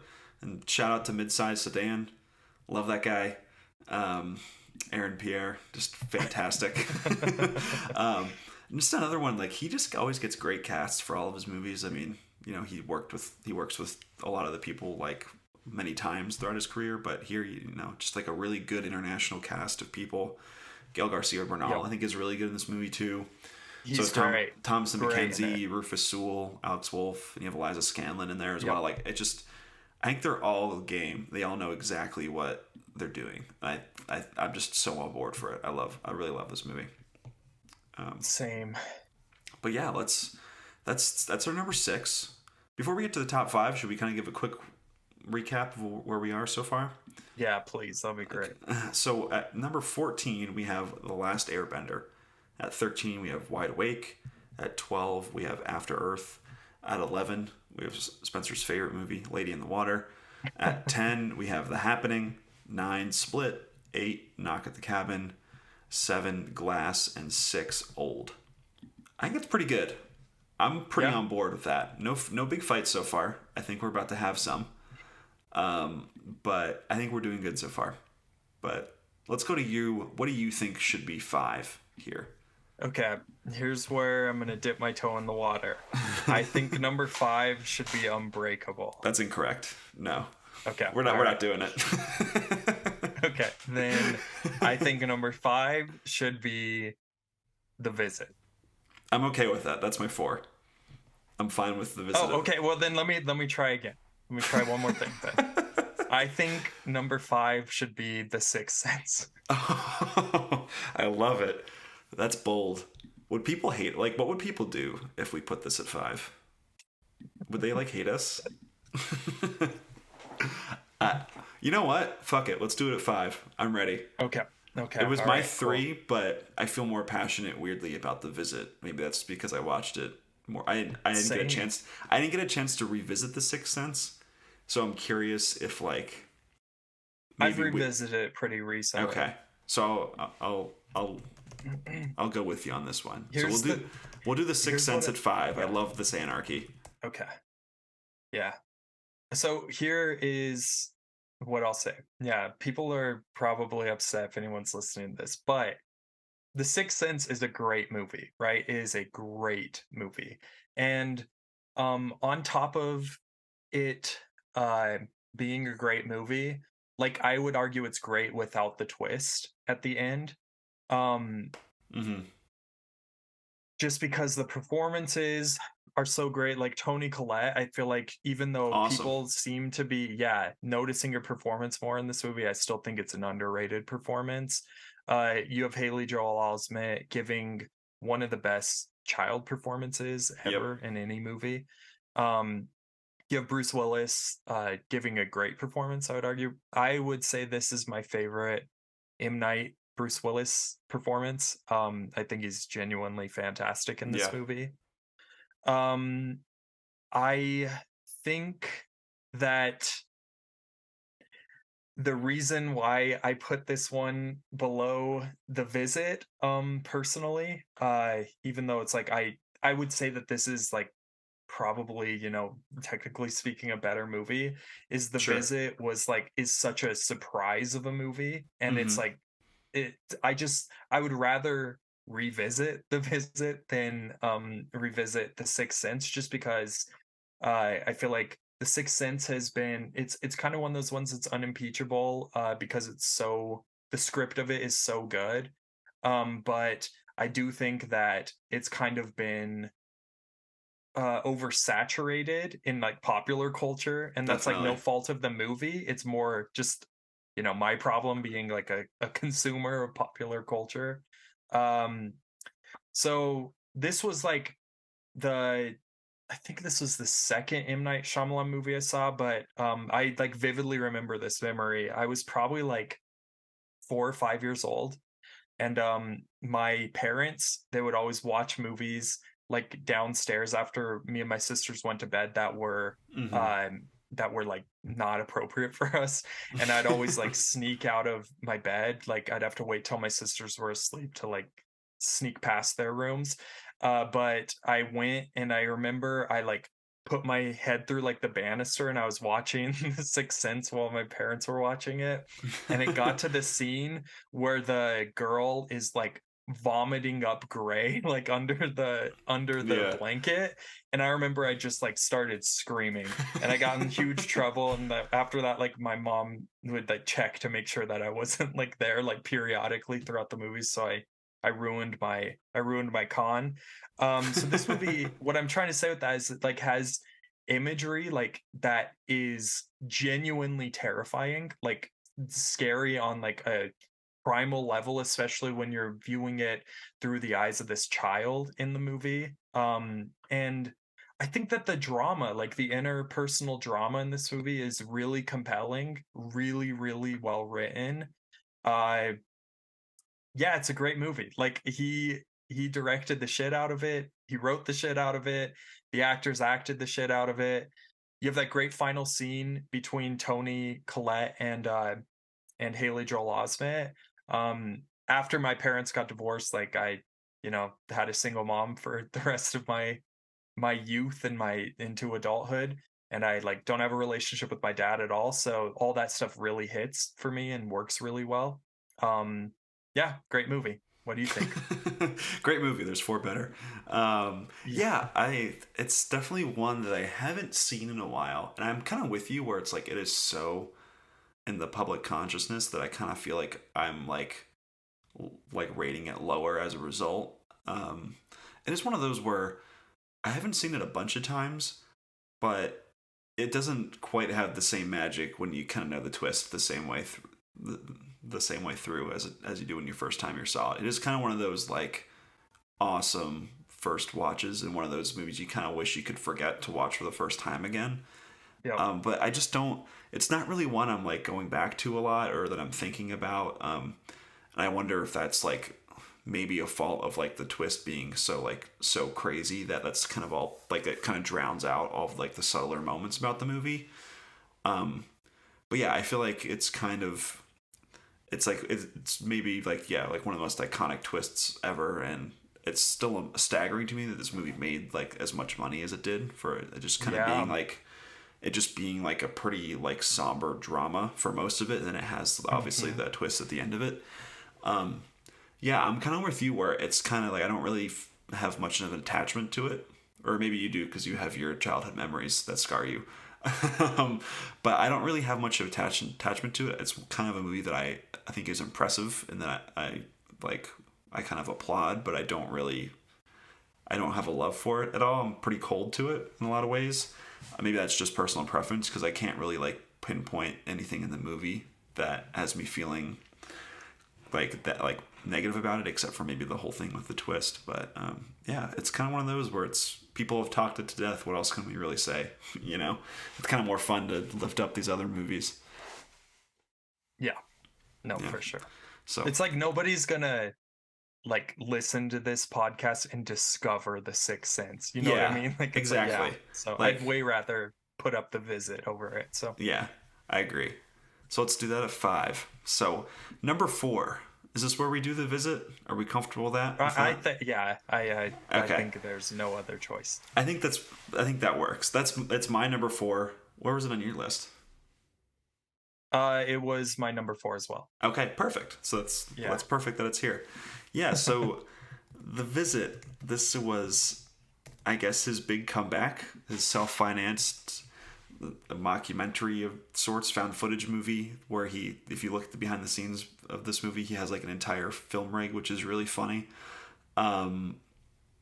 This movie is just, I love it. Like, it's just like the closest he's come to making an exploitation movie, and it's just, I just think it's so good. I just love it so much. It's, what is it, like 85 minutes long. It's him, I think, definitely poking a lot of fun at his persona as a filmmaker through the sister character, kind of where she's like, oh, I hate that sappy crap, or like all that thing about like that stuff about like kind of like there's a lot of things that he's knowingly reflecting on upon his about his career through that character. I think is really funny. But man, those old people are weird. Like they're just like they're creepy. Like, and I almost kind of respect it in a way. Like we talk about Split about kind of playing fast and loose with mental illness. And I almost kind of respect about how far this movie pushes. Like it really does feel like it's an exploitation movie where it's like, Yes. it's like we're not gonna empathize with these people. I mean, we do a little bit, but like they're just crazy, and we're gonna have fun with that. This is another movie, one of those where I'm shocked it's a PG-13 movie because there's just like there's a diaper full of shit that goes into somebody's face. Probably the best scene in the entire movie, honestly. Yeah, seriously. That whole scene is. I was like cackling when I first saw this movie. There's so many times that I cackled watching this, and I think we talk a lot about like the framing and the blocking of M. Night, and I think the found footage. I think a lot of people were like kind of like stripped him of his ability to do that, and I'm like I totally disagree. Where I think he's having so much more fun in an entirely different way of being like, how can we lock this down? It's like the opposite, where it's the absence of camera movement is what makes this movie really creepy in a lot of ways. Like you have that one scene where they hide the camera on the ledge, and then the grandma figures it out at night, and she just like walks towards it and like does like the jump scare, and it's just really creepy, and she's really creepy in it. I really like kind of, there's like a lot of artistry in how he's like created this found footage movie, and yeah, the old people, they're just fucking weird. Really great performances. I gotta look at their names. For real, yeah. Because they're so good. So it's what are their names? It's Dina Dunnigan and Peter McRobbie. Never seen those people, and they're really creepy in this movie. Catherine Hahn is a national treasure, and she's in this movie. And I feel like I think I saw the twist coming. So like the twist of them not actually being the grandparents. I think I probably could have guessed it, but I was just so shocked that they did it that I just started cackling. Like it was just so much. It was so much fun to be like, oh, I can't believe they did this. This is great. This was a first time watch for me for this, and I just had so much fun. I loved it. The rapping didn't bother me. I thought it was funny. I don't know what to say. I liked it. Yeah, I don't know what to say to that either. Well, I think it works. Like the thing I like with it works as a quirk for the character, I would say, for sure. Yeah, I think with M. Night, he's okay with people being goofy and weird in a lot of ways, and I think people take that as like, oh, that's weird, or that like that's a demerit against the movie. But like I don't know, like it's just like this sheltered white kid who's into rap. Like I feel like it makes sense as a character where he's like, he has no idea what's going on. He's just like this sheltered, slightly privileged little boy that has no sense of anything in the world. I think that it makes sense as a character to me. Yeah. So I like it, and I kind of laugh at it, and it's like a, this is so stupid kind of way with his rapping. So this movie's just the banger. I love it. The scene underneath in the foundation of the house is really creepy. It's so creepy. Yeah. Yeah. Creepiest I was gonna thing. bring that up. Creepiest thing he's maybe ever done in his career. It's just like, it's horrifying. I hated watching it, but I also loved it. Yeah, I think that so interestingly enough, I'm gonna actually kind of compare this to The Sixth Sense in a way. I think what makes this movie like genuinely unsettling and scary is that both these movies are told through the eyes of children, like, Yeah. experiencing these horrifying things taking place. Um, and it's like, yeah, the twist is like easy to log and kind of see coming, but I think that the like escalation of getting there is so well executed in this movie. They dial up the creep factor in really like interesting, like, and fun and unsettling ways. There's like imagery in this movie that's really, really scary, like actually scary to me. Yeah. I agree with you. I don't know how this got away with the PG-13, just because it does feel like full-blown exploitation film, especially in like the last 30 minutes of the movie. Um, and I agree with you as well. I don't have the same complaint with this movie as I do with Split, even though I probably should, just because it feels like we're in like a different league of movie. Like this feels more like M. Night Shyamalan in kind of B movie territory Yeah.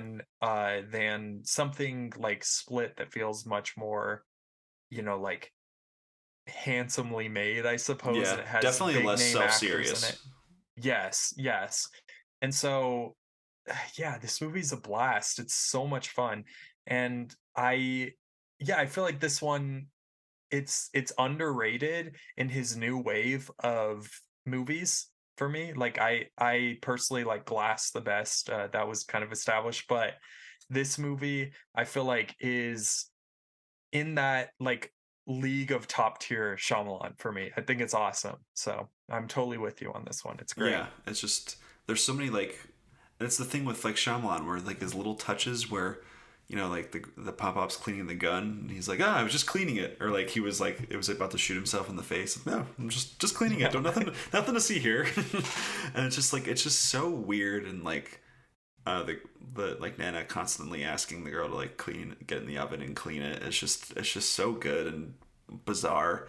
It's like one of the few times where the bizarreness of his dialogue I think just really just makes your skin crawl. Like it's just utilized in the best way, and I think it's like so knowingly utilized as well. Like I think like this is like you can read so much into this being like, well, this is his return to filmmaking, self-financed, betting on himself and kind of maybe getting knocked down a few pegs as like this like once golden child and now like trying to make his return, and you can read into it that way. But I just think he's like just so like calm and collected and self-knowing about what he wants this movie to be, and I just love it. And I think there's so many little fun things about like making fun of filmmaking in this movie, about self-serious directors, that I think is fun. Yeah. There's So a self-awareness in this movie that's really fun for sure. it's kind of amazing that this movie works. I really love it. I thought it was such a fun discovery seeing it, and Yeah. it's probably another good slumber party movie in the future. I think it's just really really Yeah. fun and goofy. I love it. But we'll move It's great. on. So we're in the top three now. So Hmm. to recap, we have The Village and Unbreakable, and then we have Signs. So there's two there that I feel like we both have to kind of bargain a lot with. What I suggest we do is the movie that neither of us have as our number one should be our number one. That's kind of what I'm Because thinking. I Yeah. kind of also love that movie. So um yeah, okay.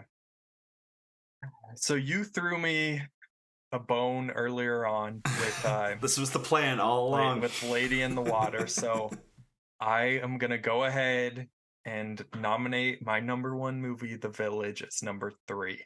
So that was seven on my list. Where was Unbreakable on your list? I think Unbreakable was my number seven as well. Okay, so we couldn't Yeah, even do it that way. All right, well then I'm fine yeah, with The Village at three. I think that works. yeah, yeah. Yeah, Unbreakable was either I've been deleting them as we go, but Unbreakable was either my number seven or eight. Yeah. All right. Um, So why don't you we'll get wax to poetic about The Village? This is your child. it. Yeah. I've I hate to be this guy, but I've loved The Village since the first time I saw it. Like, this is another movie that I had like a fascination with as a kid. I've always been like a fan of like monster movies, which I know that this kind of technically isn't a monster movie, but the big question surrounding the movie through its marketing was like, oh, what are the monsters going to be in this movie? Yeah. And so there was like an intrigue that I had throughout the marketing process of this movie. And I remember like knowing that it was the filmmaker who made the Signs and The Sixth Sense, which were two movies that I like absolutely loved as a younger person, and so especially one of those that we'll get to. But yeah, this movie, like I saw it and I thought it was great. I thought it was scary as a kid, and then as I've grown older, I've like only grown to appreciate it more. Um, you have like Roger Deakins Yeah, this movie pairing looks up with incredible. Yeah. yeah, pairing up with M Night. The setting of this movie is so well executed. Like you really feel this sense of like isolation in this community as well. The colors of the movie really work for me, like the way that Hmm. yellow is this color of safety and red is the color of those we do not speak of, and it's the forbidden color. And yeah, the characters, the romance, everything about this movie works for me. The score is incredible. uh you have like William Hurt in this incredible kind of silent antagonistic He's performance. awesome in this uh movie. He's he's amazing. great in the movie. Yeah, he's so good. And I think Bryce Dallas Howard is great in the movie too. Like I love the third act of this movie where it's like this blind woman venturing off into like the unknown, like both literally and figuratively, because Yeah. like she literally can't see. uh and like you can argue as well that the this is a movie that makes like mental illness frightening. Once again, it like brings up that big issue that a lot of people have with M. Night Shyamalan. But I don't know what it is about Adrian Brody's performance in this movie. It just really works for me. Like it feels like off-putting and unsettling in a way, like especially once you get to the end of the movie and there's like the big reveal that takes place. um yeah, and the cast of this movie, there's like always faces that pop up in it that I'm like, oh my god, I forgot they were in this movie. Like Judy Greer is in this movie Jesse and it's just like, Eisenberg for a what? little bit too. Yeah, Jesse Eisenberg is in like one scene. It's amazing. And yeah, there's sequences in this movie that are the best that M. Night has ever directed, in my opinion. So yeah, Yeah. love it. I'm Incredible. definitely, obviously, I'm a little more mixed of the two of us. The one thing that does not work for me is Adrian Brody. I don't know what I he's get doing. it. It does not work for me whatsoever. But I agree with you where I think there is a lot of really good stuff in this movie, especially William Hurt. I just thought this was the first time I'd seen this movie in a while, and I thought he was an absolute knockout. Like he was just so good. And Joaquin gives like a really like warm and loving performance as well. And I think this is the best Bryce Dallas Howard has ever been. Like this is like the one time where I've been like, She's oh, so I good. I get it. Like I don't really connect with her for whatever reason as an actress, but I think she's incredible here. I think she's really really good. You have Brendan Gleeson as well, just in there in the Yeah, side role. Like there's so he's many great. great performers, and like you said with Roger Deakins, this movie looks great. I think the Incredible. ending works for me a lot more than I think it does work for a lot of people. I think it's like slightly clunky, and I think a lot of that clunkiness comes from I also see Adrian Brody as kind of just like a plot machine, like it's just kind of like moving the plot forward as like the one through line through that. But and kind of what I was mentioning before about a lot of his movies kind of reacting to like 9/11 paranoia. I think this is like so clearly like a movie about people being like nervous to kind of be out in the open and present themselves to other people, that they kind of like shelter themselves and create their own tribe. And I was so interesting because from what I remember, like I remembered like I guess the elders being a lot more sinister, and I guess there is something to that with everything that's going on, but it's kind of like Knock at the Cabin. It's like a lot more like loving to these people. Like it sees what they're Yeah, doing as like it tries to provide empathy for like this crazy like social experiment that this guy has made, and it tries to provide like this warm like understanding of like, you know, these people are terrified of the world and all like the horrible stuff that's happened in it. Yep. And this is a reaction to that, and kind of like it creates, it's like the fallout of like exploring that kind of, I guess, mental space. And I think that's, it's definitely like more interesting than people give it credit for. I think if people are like think it's like, oh, it's just stupid because it's the like present day or whatever. But I do think there's a lot more there. There's there. I Yeah, it's guess a is really what I would say. compelling love story. Like, I Yeah, think the love story is great at the center of it. So yeah, and it I looks great, totally, and it's also like just like it's like 105 minutes. You know, like I yeah, think if this movie's made now, it's a Netflix movie. It's 2 hours and 20 minutes. It's an absolute slog to get through. You know, it yeah. just He never overstays his he welcome, I really don't doesn't. think. I think Yeah, that's like one of his best qualities. Like, you know, him as yeah. also like a visual filmmaker, but he's like he tells a story and he gets out. And I think that's, I think the more you stay in this world, you probably want to ask more questions about like, wait, like why is this happening? Like how has nobody Yeah. discovered this? Like it just, you just like can't wrap your head around it the more you think about it. But I think it's really well created. I think it's definitely been at this point kind of been revived as like a great movie of his. Hmm. But yeah, I think it's really good. I think there's a lot of stuff in it that I really like. But yeah, Cool. let's move on to our number two, which, if we're on the same page here, I think the number two should be Unbreakable, if I have that Yeah. correct.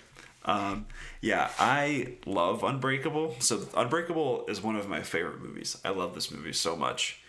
Oh, wow. I think it's one of the best superhero movies ever made. I really love it. I think there was some stat that I read. I can't remember where, but like the amount of like the length that a scene plays out in modern movies is like only a couple seconds. Like it's very like there's a lot of cuts and a lot of edits. And this movie, it plays like each scene is like 30 seconds long. Like he just like this movie just like plays, like he just lets characters just like relax and talk to each other, lets the scene like speak for itself, and maybe he'll dolly in or do all this stuff. But that kind of like relaxed, like somber mood, I think really works for this movie really well, and I think puts it in the right headspace for what he's trying to get at with this movie. Because I think ultimately like there's like a fun, like you want to cheer when like he like chokes out like the rapist and at the end, and you're like that's awesome, and like the James Newton Howard score is going crazy, and you're like this is the best. But like ultimately I think this is like one of the best movies about heroism. Like you watch like every MCU movie and it's just like people punching each other and like looking for Infinity Stones, and it's really just nonsense to me at this point. Can't say I'll be interested in doing a Quantum Mania podcast anytime soon. But I think this is one of the few movies that actually understands like heroism, and like because like this is such a stripped down superhero movie, it connects like Superman like saving the day to like a being a good dad. You know, like this movie like a bit like the real heroes are people who are just like good dads and good partners to like their loved ones. And I think that's ultimately kind of like the heartbeat of this movie. And the scene at the end where Bruce Willis is kind of just like gives the paper to his son and they don't say like a word of dialogue is like one of my favorite scenes in a movie. It just really like it makes me tear up every single time. It's so good. Yeah, I just think this movie is just it has its heart in the right place. I think it truly is like one of the only superhero movies to kind of understand what a hero is, and I think it's really good. And it kind of, you know, it's like riffing off of a superhero genre that wasn't even created yet, which is so fascinating too. Like he was Hmm. so ahead of the curve with this movie that people looked at it and they were like, "Huh, that's kind of weird," or like they didn't quite latch onto it. But obviously now it's like a beacon of light in terms of like all the superhero movies we get. So yeah, love this movie. It's really great. It just everything works for it for me, except for the ending. The ending's a little weird, where it's like the cards where it's like they took him to jail. I'm like, oh, that's Yeah. weird. That's kind of weird. But everything else, every other second in this movie, I love. Yeah. Um, I like this movie, right? Like, I think that Unbreakable is a movie that is, like you said, it's very ahead of its time. super interesting visually, no complaints. Like it totally, like all M. Night Shyamalan movies technically is pretty brilliant. Bruce Willis is good in the movie. I like him in it. Samuel L. Jackson is great in the movie. Hmm. Every time he's on screen, I'm like totally loving the movie. And I find this movie kind of boring. Like I I get what you just said about like, oh, the scenes kind of like take their time, all that, but to me the movie feels flat in a way that it doesn't emotionally connect with me the way that it does for you, and the way that other great M. Night Shyamalan movies do for me, one we're about to talk about. um it could be, like I said earlier, I was raised by like a single mom. I don't have a relationship with my dad, so maybe that type of connection just doesn't work as well for me, or I'm kind of more biased against it or something, like even subconsciously. Uh the kid's performance is great in this movie. I think he's like genuinely great, and it Hmm. was cool to see him come back for Glass. Yeah, that was a fun little Um thing because he hadn't really acted yeah, since then, right? I think like yeah, yeah, it was really cool to see him pop up in that movie. But yeah, I don't know what I like. It's been hard to put my finger on what it is about this movie that doesn't really connect with me. Just because this is a movie that I like want to love, because the people who love it like think it's, like you said, one of their favorite movies. It's like the greatest thing ever, and so many people put this at the top of M. Night Shyamalan's filmography that like I've seen or heard in like rankings prior to this. And so it's just like I don't know what it is. There's just something about this movie that, like I said, it feels slow to me in a way that his other movies don't. Like it doesn't feel perfectly paced like some of his do for me. sure. Um yeah. I don't know, man. Yeah, I like it, but I'm not over the moon for it like Well, other people you're are. missing out. That's all I gotta say. No, Yeah.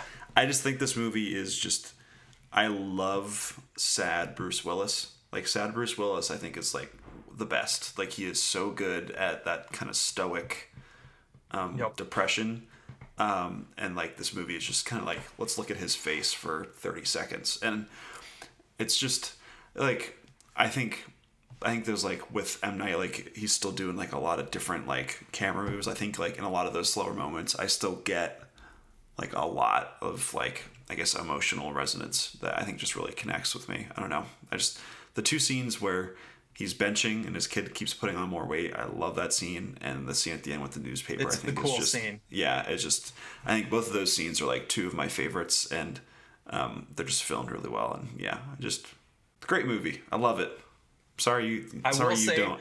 I will say about the benching scene, I'm surprised he's never tried to bench like weights before, it Yeah. seems like a but no, it's an awesome scene just like visually. And I agree with you. M. Night Shyamalan is really good at tapping into like the melancholy Bruce Willis, Hmm. that I think filmmakers who don't use him well are not able to get that out of him like at all. So it's like Yeah. Wes Anderson did that with like Moonrise Kingdom as well. So it's when people are able to get good performances out of Bruce Willis, he's like incredible. He's a great actor. Yeah, that's how I feel. Where it's like when he's good, like it's just like I'm so here for it. It's just really Yep. good. But yeah, that's our number two. So that means that by default, our number one is Signs, which I feel good about. Signs was my two on my list. Same. So I feel like it's kind of like it's democracy. We don't get neither of us get our pick as the winner. Yeah, we You don't get know, what we want, but we all have to yeah. compromise, I guess.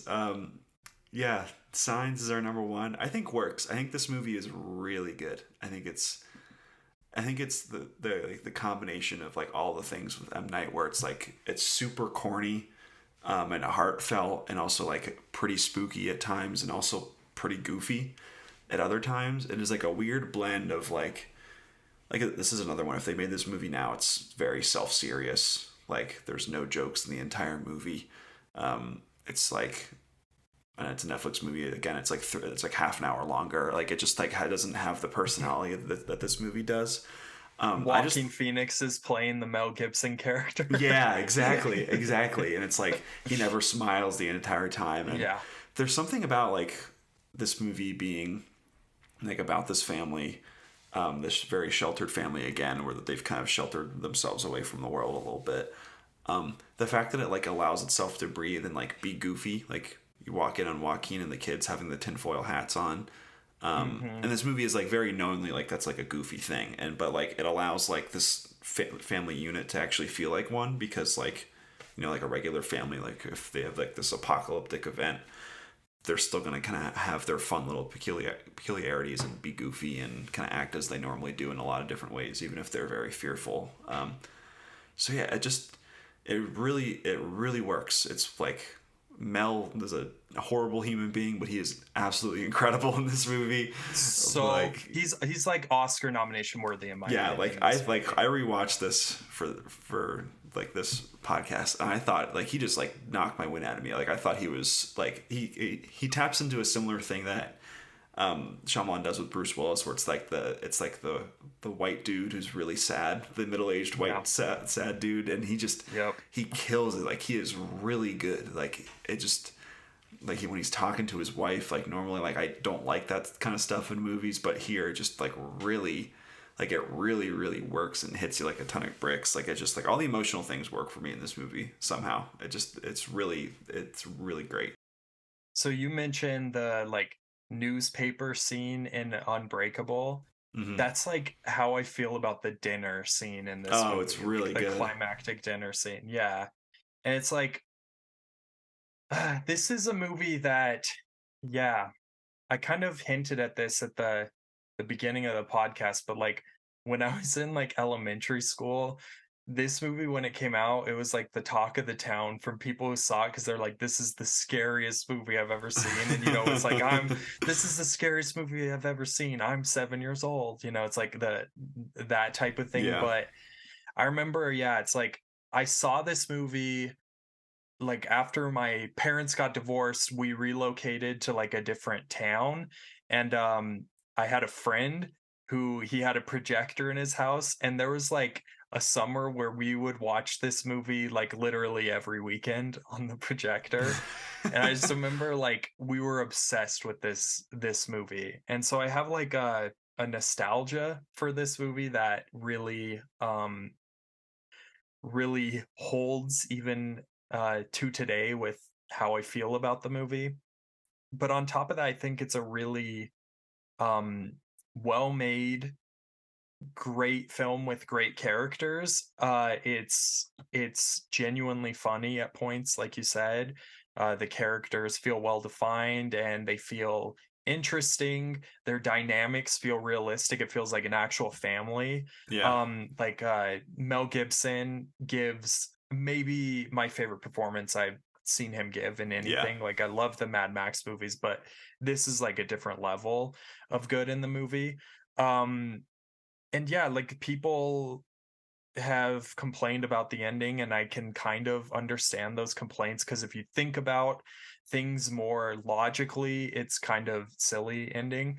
But I feel like when you say that, you're kind of missing what the movie is trying to say, which is there are no coincidences. Like fate is a huge thing that exists in this movie. And I only have one complaint about this movie, and it's literally the final shot. I think is unnecessary. Like the scene on the lawn, I feel like really caps off the story in a good way. You're like, oh, this man lost his faith. He regained his faith throughout the course of the movie. And then the ending's like, just in case you didn't get that, here's him in his preacher outfit or whatever. And so that I'm kind of like, we didn't need that. But everything else, there are scenes in this movie that are like so well executed. You have the scene with like the leg in the cornfield, the scene where the aliens on the roof, the scene with the hand under the door. There's so many awesome set pieces, even like smaller scenes where with the baby monitor on top of the car. Like I think all of that is so well executed. So I love this movie. I'm perfectly happy with this being the number one M. Night Shyamalan movie. Definitive number Yeah, one M. Night I feel good Shyamalan. about this too. Yeah, Rory Culkin and Abigail Breslin are like Great. the cutest kids in this movie. Like Yep. again, like him just working with kids and just making like tearing your heart out with it. Um, yeah, it just there are just like so many little things and like the reveal of the alien and like the footage is just like so good. Awesome. It's so good, and yeah, it just like Such a good reaction shot too. yeah, seriously, and like with people calling him like the next Spielberg or whatever, like you watch this movie, you're like, oh, I get it. Like this is Spielberg. It makes sense. Like it's complete Spielberg. And it just, I don't know. Like I just find like I feel so hopeful after watching this movie, which is like, I wouldn't call myself a cynic, but when it comes to movies, I'm like, I protect myself a lot. And I'm like, you're not gonna make me cry, movie, a little bit. Like I'm very wary of like people like overly sentimental stuff. But just like I don't know, like this movie again is like as a post 9/11 allegory where it's like we're trying to figure out who the real monsters are and people are just like freaking out about everything and just it's like two things where like he finds his faith again, but it's also like just all of us finding faith in humanity, which is just like really sweet and earnest. Like it's like so goofy, but also it really works. It works. It really works. It's like a super optimistic view of like what we can do as like a species. And I don't know, like you just like look at that, you're like, oh, I feel great. Like I'm ready to go conquer the world. I don't know. It's just they're just a weird stew of like all these things typically don't work for me, but it just works really well here. I want to say one more thing that I noticed this time while watching Signs, and then I'm good. I'll cap it off. But I like as a kid, you don't notice that the scenes, I guess, where he's telling both kids like the story of when they're born. Like I realized watching it this time, like he thinks they're gonna die. Like he's totally convinced that they're going to be killed in like the home invasion by the aliens. And it's like it's weird, like because the previous times where I watched this as a kid, like I was viewing it through, I feel like the eyes of the kids, and then this time I'm more viewing it through the eyes of like the adult characters. And it's just like it felt like I felt a loss of innocence while watching this movie. And it's just like, oh my gosh, that's like a good thing where like a lot of his movies are about families, and you can grow with his movies because there are all those different perspectives and like like. I agree with the same way where I do look at it like from the adult characters now, and you kind of do find a lot more in these movies. It's just terrific. I mean, the scene on the couch between Joaquin and Mel talking about like the kind of people that are in this world is just like so good. Like there's what like so good. He's just like this movie's great. I love it. I'm happy it's our number one. Same. Just really really good. But yeah, that kind of does it. Should we round out our list? Can I give a little recap here? Let's do it. So at number 14, we have The Last Airbender. 13, we have Wide Awake. 12, we have After Earth. At 11, we have Lady in the Water. 10 is The Happening. 9 is Split. 8, Knock at the Cabin. 7, Glass. 6, Old. 5, The Sixth Sense. 4, The Visit. 3, The Village. 2, Unbreakable, and number 1 is Signs. I feel like that's a pretty good list. How do you feel about it? Any misgivings? That's a good list. Yeah, no. If I saw that, I'd be like, yeah, this is a good ranked list of old M. Night's filmography. So I'm proud of us. I'm really happy with it. Yeah. We did great. No fights. Kept it really civil. This is good. This is good podcasting. Yeah, no, for sure. I don't know how other people will feel about the list, but I'm cool with it. Yeah, we'll throw this out and I'm sure get a lot of nasty tweets. We'll figure it out. But I believe in us to wear the storm and be all right. Yeah. But the visit is where? But any thoughts? Any overarching thoughts on M. Night before we get out of here? I feel like we talked him to death, but I don't know if you have any overarching ideas about the guy. I'm good. Don't take my daughter's hand unless you mean it. Yeah, I'm really looking forward to kind of like whatever his next stage is. I feel like Knock at the Cabin is like the beginning of it. And apparently he has like his next 3 movies lined out. And I'm like, just give it to me. I'm ready. I'm ready to go. Keep them coming, M. Night. Keep them coming. And we'll come back 5 years from now, redo this list with 10 more movies in it. Glass will get its due. Yeah, Glass will be our number 1 at that point. Yeah. Lady in the Water will be 2. The Sixth Sense will be at the bottom because we'll just be more bored with it. But yeah, that about does it for this time around. Spencer, thanks for joining me this time. This was really fun. But yeah, you can check out more stuff from Movie Babble at moviebabble.com. Search for us on socials. You can find us. Just search for Movie Babble. We'll be there. But yeah, thank you for listening, and until next time, we'll see you.